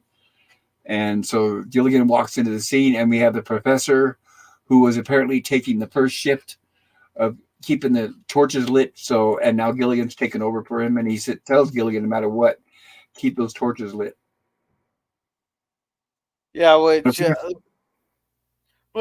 tropical island there, it does not get cold enough for those seeds to die from cold, especially they buried them properly there.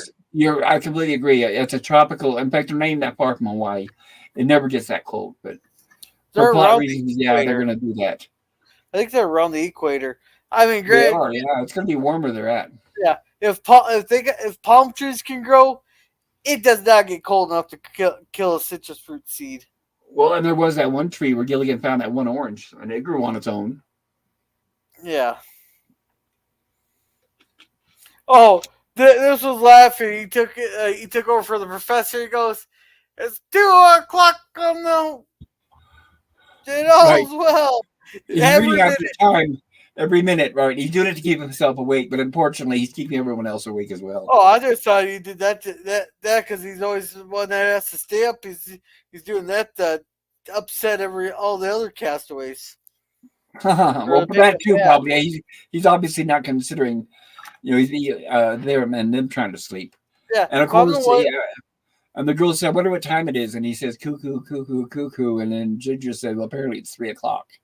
Yeah, no, but I would definitely do that. That if I'm the one that has to stay up and do all this, keep the signal fire going, do all the chores while others sit around, I would do that just out of spite. But that's just me. Oh, well, then yeah, but then you're going to have the vitamin C deficiency like everyone else and get sick. And obviously, they're all going to be extremely upset with you. But like we've spoken before, if it was really this important, of all people, why'd they have Gilligan keep an eye out, right? So well, so Yeah, Gilligan falls asleep naturally. So now we get a dream sequence that takes place on the island, but this is within the dream here. So as we can already tell where they're going with this one, we're getting a rendition of Jack and the Beanstalk.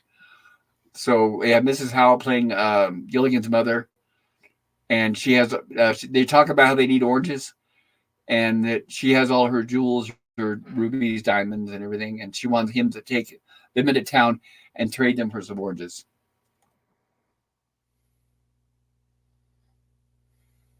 You said, of course, the wolves are at the door, and he doesn't understand that old term, but that means a tax man for any younger generation.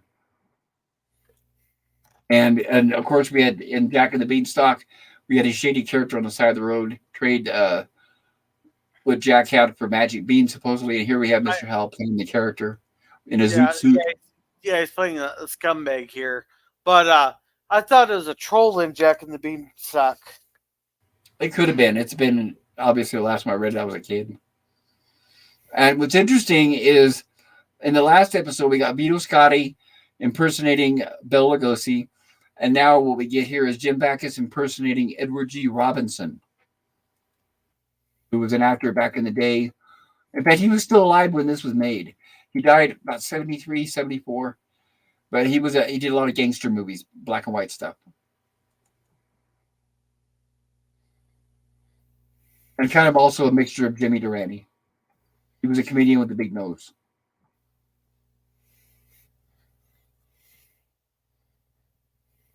Now as Reed tells him that he'll trade all those jewels in that box for these magic beans. And of course, Gilligan immediately does it and goes home to show Mother, aka Mrs. Howell. Silly, ridiculous, idiotic boy. So that's funny. She does call him an idiot, pretty much. And of course, like in Jack and the Beanstalk, she tosses the beans out the window. She leaves the room, and immediately the beanstalk starts growing. And this is an episode too, like the last one, where the pacing is really fast and it really moves quick. So there's no fat Yeah. to trim from this episode. Let's catch up on chat here real quick.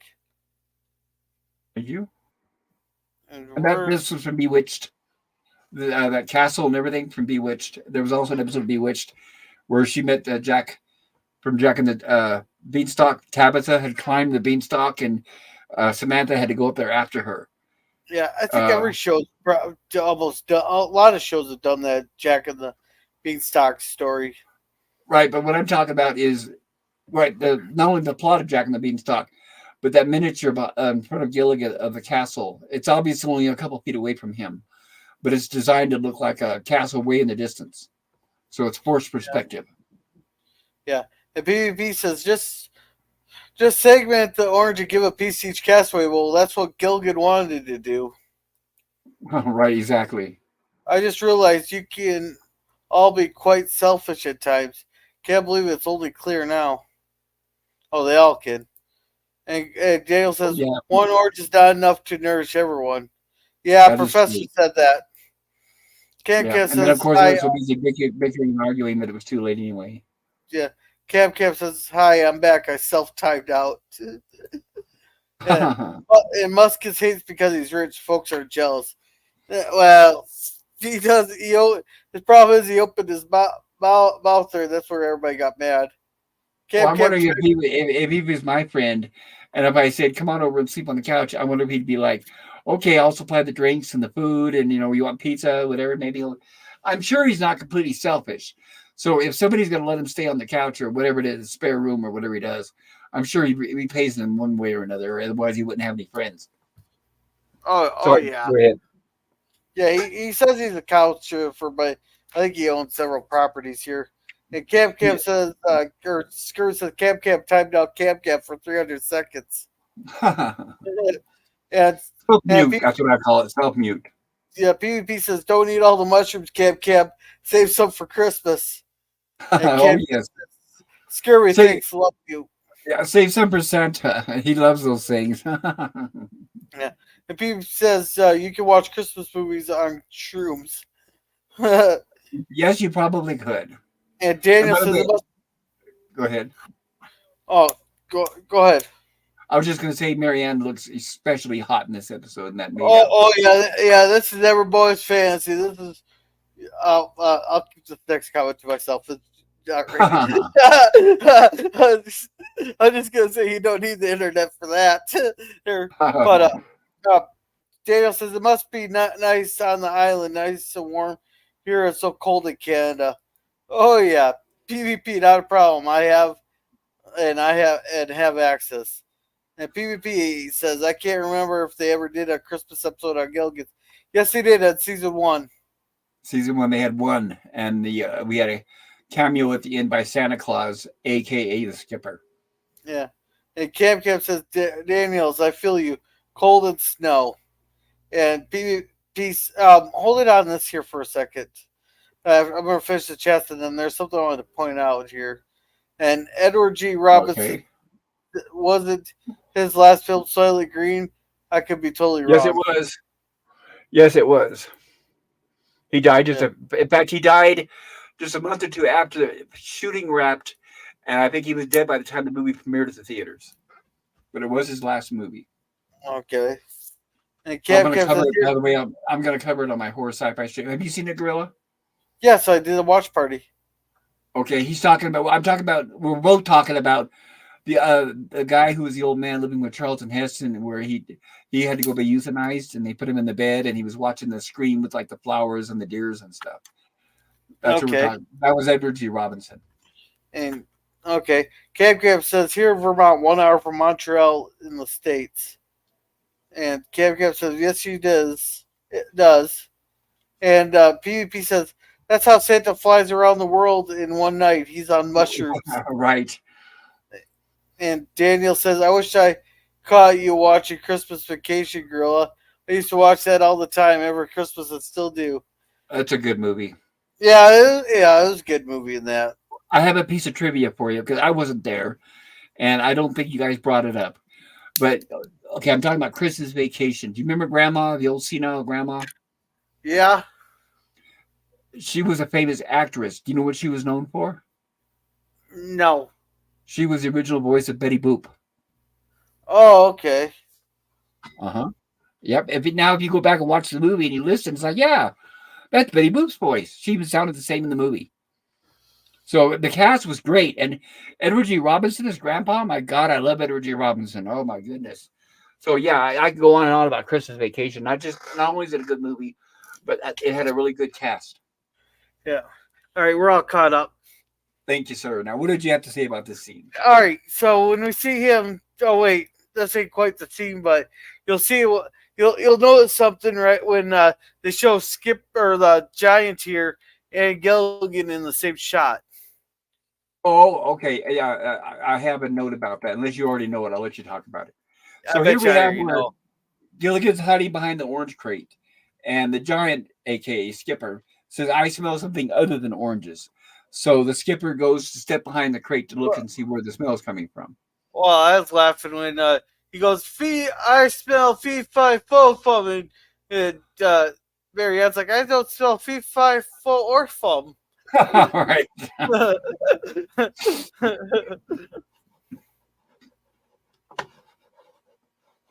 Yeah, you got Gilligan here. He has to cower behind the oranges and stuff. Yeah, sorry about that. I was laughing, and of course, it makes me cough. Yeah. PvP here says Ah, there green. you are. Yeah, PvP says green giant skipper. Ho ho ho. All Right. right. Yeah. Now, hey, now what's little Patrick doing in the episode? Who? Patrick, Denver. Well, because you know that is Bob Denver's son playing this, right? Yeah. It's Patrick Denver. Is that Bob Denver's son's name? I know Yes, it's Bob Denver's yes, son, but I don't know about the first name. yeah. It's Patrick. I got you. Yep. But no, it's I can good. dou- Go ahead. I can double check here. But I'm pretty sure it was. Yeah, It was uncredited good. Patrick Denver as Dream Gilligan. Yes, and it's good that they picked Bob Denver's son because he's looked similar. Of course, they're not going to show too much of a close up, but from a distance, he looked and he's built the same as Bob Denver. So I thought that was a good choice to have Bob Denver's son play the miniature Gilligan. And I'm sure playing with Skipper had to be a blast. Yeah. And of course, he runs and the Skipper goes at, or sorry, Giant goes after him. Yeah, with him But being he's like just stuck. 4. Yeah, with him being like 4 years old, I bet you they said, "All right, we're gonna play tag now. I'll chase you." Yeah, I wonder, and I bet you he's still alive. Probably it would be nice to ask him. Do you remember shooting this? I know he was pretty young, but he probably remember. 4 years old, so So here's where the maid, aka Marianne, points him out to the duck, which lays oranges or magic oranges instead of the golden eggs. But then they hear crying in the back, and this reminded me of Indiana Jones and the Temple of Doom. Well, he says, "Okay, I'm out of here with the duck," and then he hears people crying in the distance, and she says, "Oh, that's just that old lady," and he goes, "Well, I've got to save her first." So it's that old trope, like when Indiana Jones did the same thing when he got the 3 stones, and he basically said, "I'm out of here," and then he heard the kids wailing down below, and he decided to stick his neck out and go down and save them. But of course, that's an old trope. okay, One of many. okay. It looks like he's still alive, and he's done a lot of visual effects for like Mortal Kombat, Bicentennial Man, The X Files. He is Oh, the so he visual works behind effects the director scenes now. for Star Trek: The Insurrection. Uh, let's see, Sorry to hear Tremors that. 4. He's a puppeteer in Tremors 4. He's Oh, the prop director in Not Another Teen Movie. Max Keeble's Big Move, yeah, he's special prop directors. Titanic, he's the model maker for Titanic. oh, interesting. So yeah, he's doing well apparently. And it's funny. I had to mention. You say you worked on X Files. The producer of X Files' name was Vince Gilligan. So I'm sure he got a lot of teasing around that when he was there. Yeah, he was the model shop foreman there. Very And nice. he was Bram Stoker's Dracula. Oh, He's with Gary Oldman. uncredited That's a good though, movie. but he's a miniature set fabricator and Cater. operator. Batman Returns. And that's about it. That was a Tim Actor. Burton one, if I remember right. Yeah, his only other acting job is Sharktopus versus Whale Wolf. Oh, I'm sorry to hear that. I would keep that a secret. I don't know if I'd put that on my resume. Just kidding.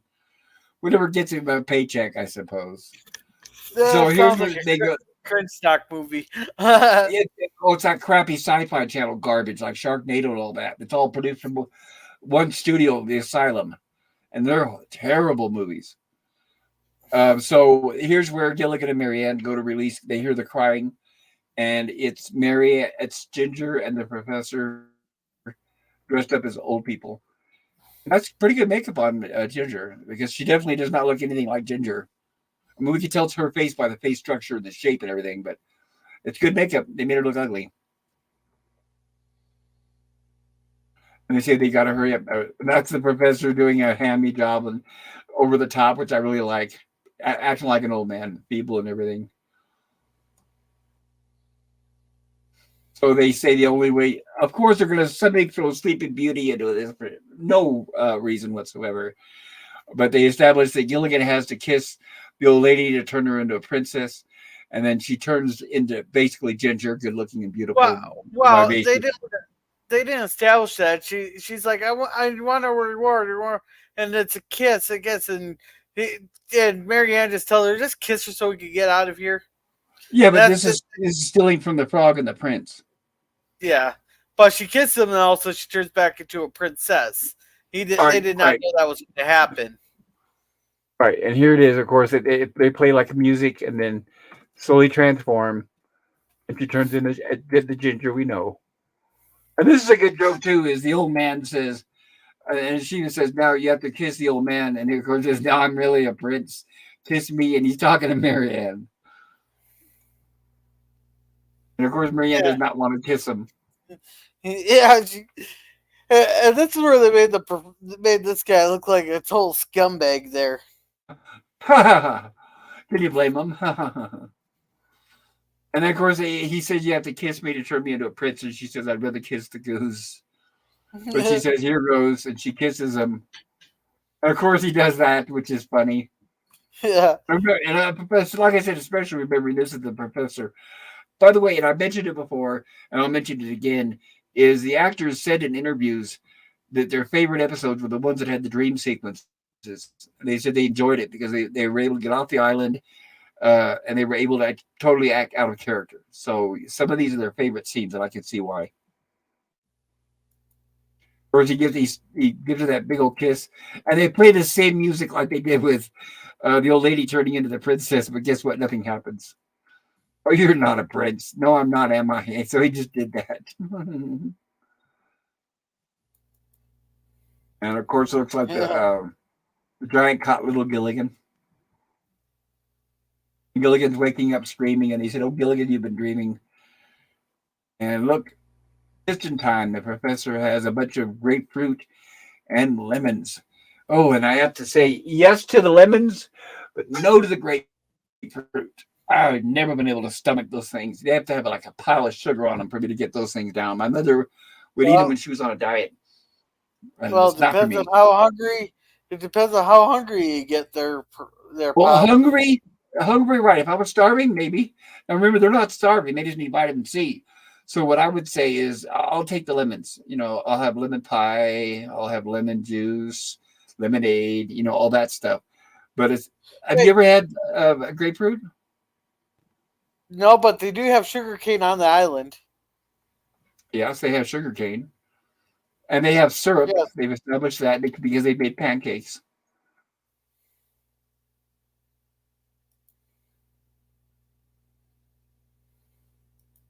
And of course, Skipper's trying to get Nick Gilligan to go fishing with him, and he's telling him to give up the idea. And we see here that Gilligan has a lemonade stand. Apparently, he's had no customers the whole day, and he's giving away the last of the lemonade. And this is a tale about castaways. Oh, you missed my favorite part. Which one's that? Well, Skipper asked him, "Where can I find? Do you know where I can find it? Wish you could tell me where I can find a 2-inch steak." And he goes, "Yeah, in Hawaii, where we used to park the boat on that little thing that the Oh, that's professor right. takes Gilligan. The professor takes off Gilligan's hat, and Skipper smacks him with his hat." Yes, I because wish we Gilligan could was have trying got. to joke about. I wish we could have gotten that with Doctor Smith at least on Lost in Space. I would have settled for that. Right. I'll probably get a copyright strike for that. Seriously, I can't even play like 2 or 3 seconds before I had that station complaining. Well, maybe stuff would change. Well, it's kind of changing that way. We changed it up tonight a little bit. I hope so. I try to show. I've never shown a lot of video, but they've given me a copyright strikes before or warnings or whatever the hell it's called. All right, so that concludes our second episode. B is for vitamins. And as a reminder, everyone, there is a poll in the chat if you'd like to vote which one of these episodes you enjoyed the most. Make sure I remind everybody the friendly physician about the mad scientist with them on the mansion on the private island, or V for vitamins. Let us know which episode you seem to enjoy the most, and I'll get Gorilla's review and or opinion here, and then I'll share the chat with everybody. So, how are we doing on the chat? I guess before I do this. Oh, let's catch up. We just got a couple here. Thank you, sir. And Cap says, yes, Soylent Green is a classic, and Edgy Robinson as Heston Bud. That goes to the factory. Soylent Green. Soylent Green is people! Yes. God, I remember you were And watching it too. It was a few months ago, And of course, naturally, somebody gave away the ending when you were watching it. And it's like, geez, Yeah, I didn't mind. that's not the And point. Cam Camp says Christmas Vacation is playing in a local theater. I'm going Friday. Nice. I heard that they released Die Hard in the theaters one last time, or one more time, I guess you could say. Yeah, Christmas it's good. Vacation, I could probably pay to go see again, but I don't think I'd pay to see Die Hard. But sorry, I Oh, don't I want to love offend Die Hard. anybody out there. I know a lot of people like it. Oh, fantastic. All right, PvP says, Cam Camp, lucky you. Christmas Vacation on the big screen. And Cam Camp says, PvP, he was walking by today. It's on the third screen, so I bought ticks. And Cam Camp says, you ever have peppermint sticks stuck in half a lemon? Use it like a straw. Delicious. I'll take your word No, I for it. haven't. It does sound yummy. Yeah, I'll take your word for it. All right, we're all caught up. Thank you, sir. Okay. So, with that being said, Gorilla, which episode did you enjoy the most, and would you like to tell us about your channel? Well, it's the friendly physician. It's great. They got off the island. You got that classic change of body thing, which especially just had that with the fly. We got the nice reused props there. We've seen them lost in space and in the original, the fly and stuff. It's really cool. You have Vito Scotia or whatever the hell his name is Vito come back. Scotti, yes. Uh-huh. Yeah. So that's overall good. Now, the reason I say that also is I really did enjoy vitamin V for vitamin there, but it's too late. They should have had this. This should have easily been the early first season because They've had plenty of time that we've seen them wandering all over the island now. It's been too Oh, long. They've been suffering from vitamin C deficiency long before this. They would have known that there's. It just takes you out of it when they've been all over the island. They would have found the lemons and the grapefruits long before this, and they would have been suffering the issues long before this. It's an early season one episode, is what it well, is. right. Well, that's like they've been on the island for 2 years now or whatever, and they still come across caves and stuff they haven't found before. So yeah, they've established that they've been around the island, but they always seem to be discovering new things. Yeah, it's just it's too late. It's just one of those that can probably easily replace the season one episode with this one, and it will make a lot more sense and still be just as entertaining. Like around the same time they did the episodes where they were out of food and out of water and all that stuff. I guess, right? Yes, yes, Yeah, early mid first season. yes. Okay, I appreciate that. And tell us about your channel if you'd like. Well, I started up new segments there with the Keys to the Kingdom. That's my background around there that I'm too lazy to change. My next one will be I'll be discussing the front door and its symbolism as the Golden Gates there. I'm hoping to be able to have time to do that tomorrow. Tomorrow there, but Thursday. yeah, Thursday. What time do you think you'll do it? It'd be after work and stuff, So but what? probably be 6 or so your time, 6 or 7. yeah, either that. It'd be after Germ Stream, his open panel. Okay.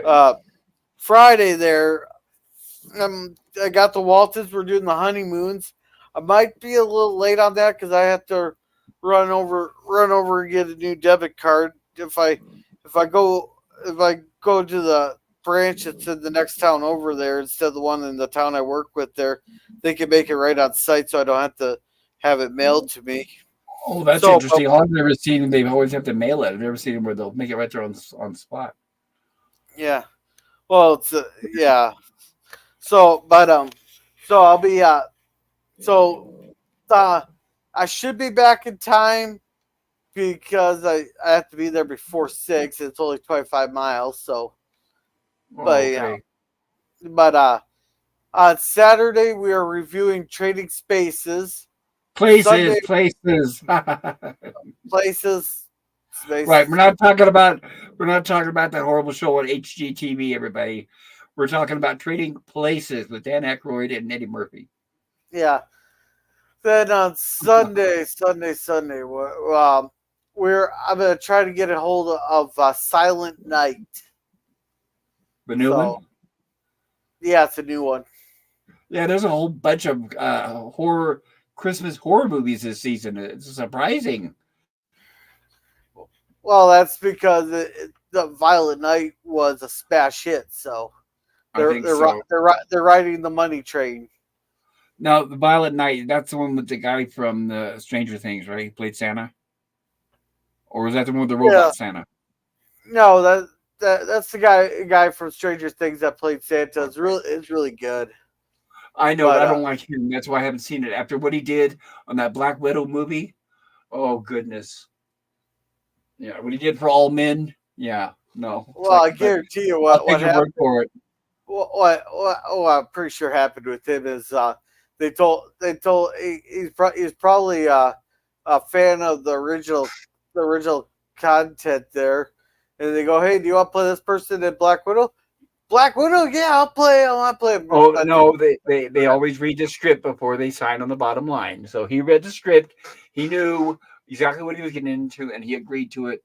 Which, and I think is even more despicable. It's not like he needed the money. He's doing it. He's busy enough. He didn't really need the money.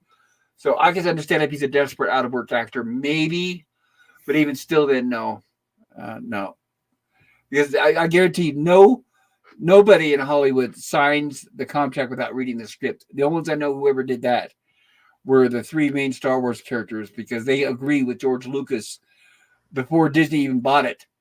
They agreed that yes, when the movie's produced, they'll be in it. So that's why they were stuck contractually, and they had to do those bad, horrible movies, whether they liked it or not. But other than that, no, actors and actresses always read the script before they say yes or no. But it's just that, as we know, Hollywood is 99.9% far left liberals, so I'm sure that's what he is. So he was probably like, "Oh yeah, I'll sign. Oh, they're doing what to men in this? Oh yeah, I'll sign." I'm sure that's more like it. Sorry to go off on a tangent. Go ahead. Yeah, but then next Wednesday, hopefully I'll be able to do ju- Justified again. I was just I got home way too late today. How many episodes of those do you have left to do? Oh, we're only at the beginning of season 3. How many seasons? 6, but I think we're Oh, halfway okay. through season 3. There, but because they're only like 13 episodes a season. Are you doing 1 or 2 episodes a week? 2. Okay, yeah, that'll get you through a little faster. Okay, cool. Yeah. 2 45-minute episodes. Okay, and I have to give you credit. You get through them a lot faster than I do mine. Mine, we spend so much time talking and BSing back and forth. What But on the yeah, watch party? yes, Oh, that's because we're watching it and talking at the same time versus we stop and discussing everything here. right. And then when it's over, you pretty much end the stream, which is a I, smart. I've had my Waltons range from anywhere from 50 minutes to 2.5 hours. Oh, okay, then there you go. I stand corrected. Yeah. And let's not forget about all the shorts you do on your channel. Oh yeah, I got a bunch of shorts. I'm probably I'm gonna try to do a few more this week here. I'm gonna try some new editing stuff, so I might have some funny shorts coming out here pretty soon. Nice, very cool. All right, thank you very much, Gorilla. I appreciate it, and thank you for sharing your opinion. Oh, and by the way, also, of course, thank you for helping me with the chat tonight. Yeah, no problem. All right, and I have to agree with you, Gorilla. I know it sounds like an echo chamber around here, but I also prefer the first episode the best for probably the same reasons you did. It's good to see them off the island, actually see them off the island, not in a dream sequence. And yes, the performance by Vito Scotti, the guest star, he's always a treat to watch, never a disappointment. And for those of you, if you came in late, he was also the one that was in a previous episode of Gilligan's Island where he played the Japanese soldier. And he was also in Master of the World as the cook, which Gorilla watched a few weeks ago on his channel on one of his weekend live streams. And the cast, like I said, it was great to see them act over the top as different characters. and to see them act like each other, and also like Gorilla said, it was close because I also liked the second episode. So we were very fortunate. We got two good episodes back to back. And that's another thing I miss about the '60s is because they made sure when they wrote the episodes that they were good and they didn't finish and finalize and approve the scripts unless they were that way. Now it just seems like they're just producing anything just for content, no matter how bad it is. And the Well, shows now have like 100 times more of the money, but yet they don't want to spend it on good well, writers. that's because they don't have to answer to Avatar Nielsen ratings now. Yes, that too, because no They Nielsen could ratings just claim anymore, right? whatever they want. Yes, but yes, also on my stream Saturday night, please tune in. Where we'll have another Rumleys from the lab. That'll be Saturday, 7 p.m. Mountain Time, and then Monday we will be returning with episode 2 of season 2 of Lost in Space. That'll be Monday at 7 p.m. Mountain Time. Tuesday. Oh, that's another thing too is I've got to decide. I was telling everybody that for the next two horror sci-fi stream, I've got to pick a title. That's what we were talking about that last night. And I'll publish that tonight. I'll have it in the community tab. I'll do it before I go to bed. So you might get the alert tonight or tomorrow, and it'll tell you which movie. And I will also obviously post a link inside the community tab, where you can go and watch the movie if you're not able to. And then join us next week on Wednesday again for two. By the way, we're going to be covering the last 2 episodes of season 2 of Gilligan's Island. Like I said, so next week will be the last 2 episodes of season 2. Then the following week, I'll do mini biographies of each of the cast members, castaways with footage of interviews and things like that, because they actually did a lot of things like that, interviews over the years, and I can't wait to get to that finally. And for season 3, I'm going to get back to reading from the book Life on the Island by Sherwood Schwartz. I kind of got away from that this last season here because I had moved and I had a lot of things going on. But I'll get back to reading from that book for season 3. So we'll come back stronger than ever. I promise everyone. But yeah. Now, as a reminder, if you have not voted in the poll in the chat, please do so. I'm going to go ahead and go in and close the poll if it's still there. Yes, it is. Thank goodness. I'm going to end the poll, and then I'll share it with everyone. Pop out. There you are. Okay.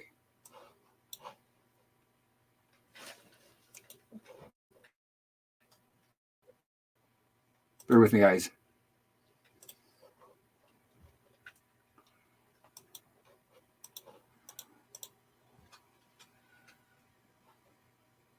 Come on, you can do it. There it is. Sorry for the delay, everyone. Okay, here we are. Here's our poll. So it looks like, nice. We got 9 votes. Thank you, everyone. Which episode did you enjoy the most? And it looks like A, the friendly physician, got 55% of the votes. So it looks like, hey, this came pretty close to what you and I said, Gorilla, because they're very close. Looks like everyone preferred the friendly physician with 55% of the vote, and V for vitamins with 44%, which was pretty close. So it looks like a general consensus is pretty much the same. Thank you for voting, everybody. I really appreciate that. And I hope you enjoyed yourself. If you came in late for this stream, consider maybe watching the rerun. And if you haven't done so, maybe hit the like button. But I think I'm going to wrap it up because here we are at exactly about 3 hours. Because we start, 2 hours. That's right, 2 hours, which isn't too bad. I mean, we watched an hour of the content and we blabbed for an hour, I guess. But is there anything you want to add, Gorilla, before we call this a night? No. How are we doing on the chat? Do we have any of those to finish off before we? Three of them here. Thank you. Come on. Cam says, take it easy, everyone. Good to see y'all. Catch you before holidays, but happy Hanukkah and Merry Christmas. You too, Cam. And yes. Thank PvP you. says, just discovered a new local cinema. Seems a bit weird as it's a restaurant, but also has a cinema. Christmas Vacation sold out, but Christmas Story has tickets for the 21st. Well, that's actually a brilliant idea. You can eat, then go watch a movie. You got your dinner and a movie all in the same place. That's similar to the Alamo Draft House that Jill talks about in Austin. They even have booze. You can get booze while you're watching the movie. But yeah, I would do that. I'd order dinner with the movie. Yeah, and PvP says, I may check it out. Great to see cinema showing older films. Yeah? Hey, Cam says, PvP, buy ticks. Now, I'm jealous. A Christmas Story and A Christmas Carol, 1936, are my favorites with its A Wonderful Life. All great films of Very cool. PvP. Yeah, I wanted to mention that the reason why that, like I said, they're also bringing back Die Hard. The reason why they're showing classic movies is because there's a dearth of good movies out right now. Usually, if you guys remember right, during the holidays, they're usually packed with all these movies that are making all this money, that are all competing against each other. But it's not like that this year. This is one of the worst. And the reason why is because all the movies stink right now. But this is one of the worst years in Hollywood, especially for the Christmas season. And like I said, the bomb of the Marvels. And I can't remember what all movies are showing, but they're not basically Hollywood is not making nearly the money that they were expecting. And also, they don't have enough movies to fill the theaters. So that's why you're also seeing a lot of classics coming back this year because they wouldn't need to put butts in those seats. Well, they got to do something. It is. And then, it's not bad because if it was me, I would say, well, I'd rather go see one of those classics than the Marvels. So I would do the same thing. I would go see like Christmas Story or one of those. I wouldn't go see them. I can't think of any new movie at the theater that I would pay to see. Oh, Godzilla. Duh. Yeah, but yeah, they're going to show a half-hour commercial for Godzilla. So I'm not going to no. I'll watch the classics. I will not, absolutely will not. I draw the line. I'm not going to ever pay for a movie ever again where there's half-hour TV commercials. That's definitely a no-no. I'm not that gullible. I'll put it that way. I'll try to be nice. I don't want to say any bad words. But yeah, thank you everybody for joining us. I'm going to call it a night. And like I said, once again, thank you so much for being my cohort or co-host, Gorilla. Great job with the. It really helps me out when you read that chat. My voice isn't quite strong enough for that, so thank you so much.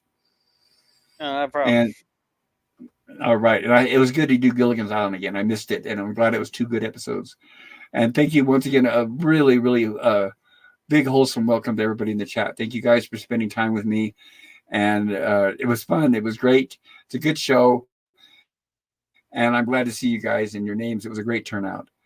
If you work tomorrow, please try to get some sleep tonight. Drive safe. Stay warm because I know it's winter for most of us. I know some places are colder than others, but I know that it can be really bad. Like here, I know it's cold, but it's not as cold as like some of you guys in Canada. So yeah, and Gorilla, I'm sure the temperature's starting to drop for you, right? Well, looks like we're having a near record tomorrow. All right, now it's 27, but it's supposed to be 50 degrees tomorrow. Oh, that sounds nice. Fahrenheit, 50 degrees. Yeah. That's not bad at all. Yeah, here it's been like in the low 40s during the day. But at night, it gets down to like 17, 18. But I can handle it. I got some good clothes to bundle up with. All right. Have a great night, everybody. Like I said, take care. Thank you. And I hope to see you Saturday night for Rumblings from the Lab. In the meantime, as you heard Gorilla's Random Thoughts mention that he's got some streams that are going to be going on his channel during the week. Check those out, too. And I will see you all soon, everybody. Take care.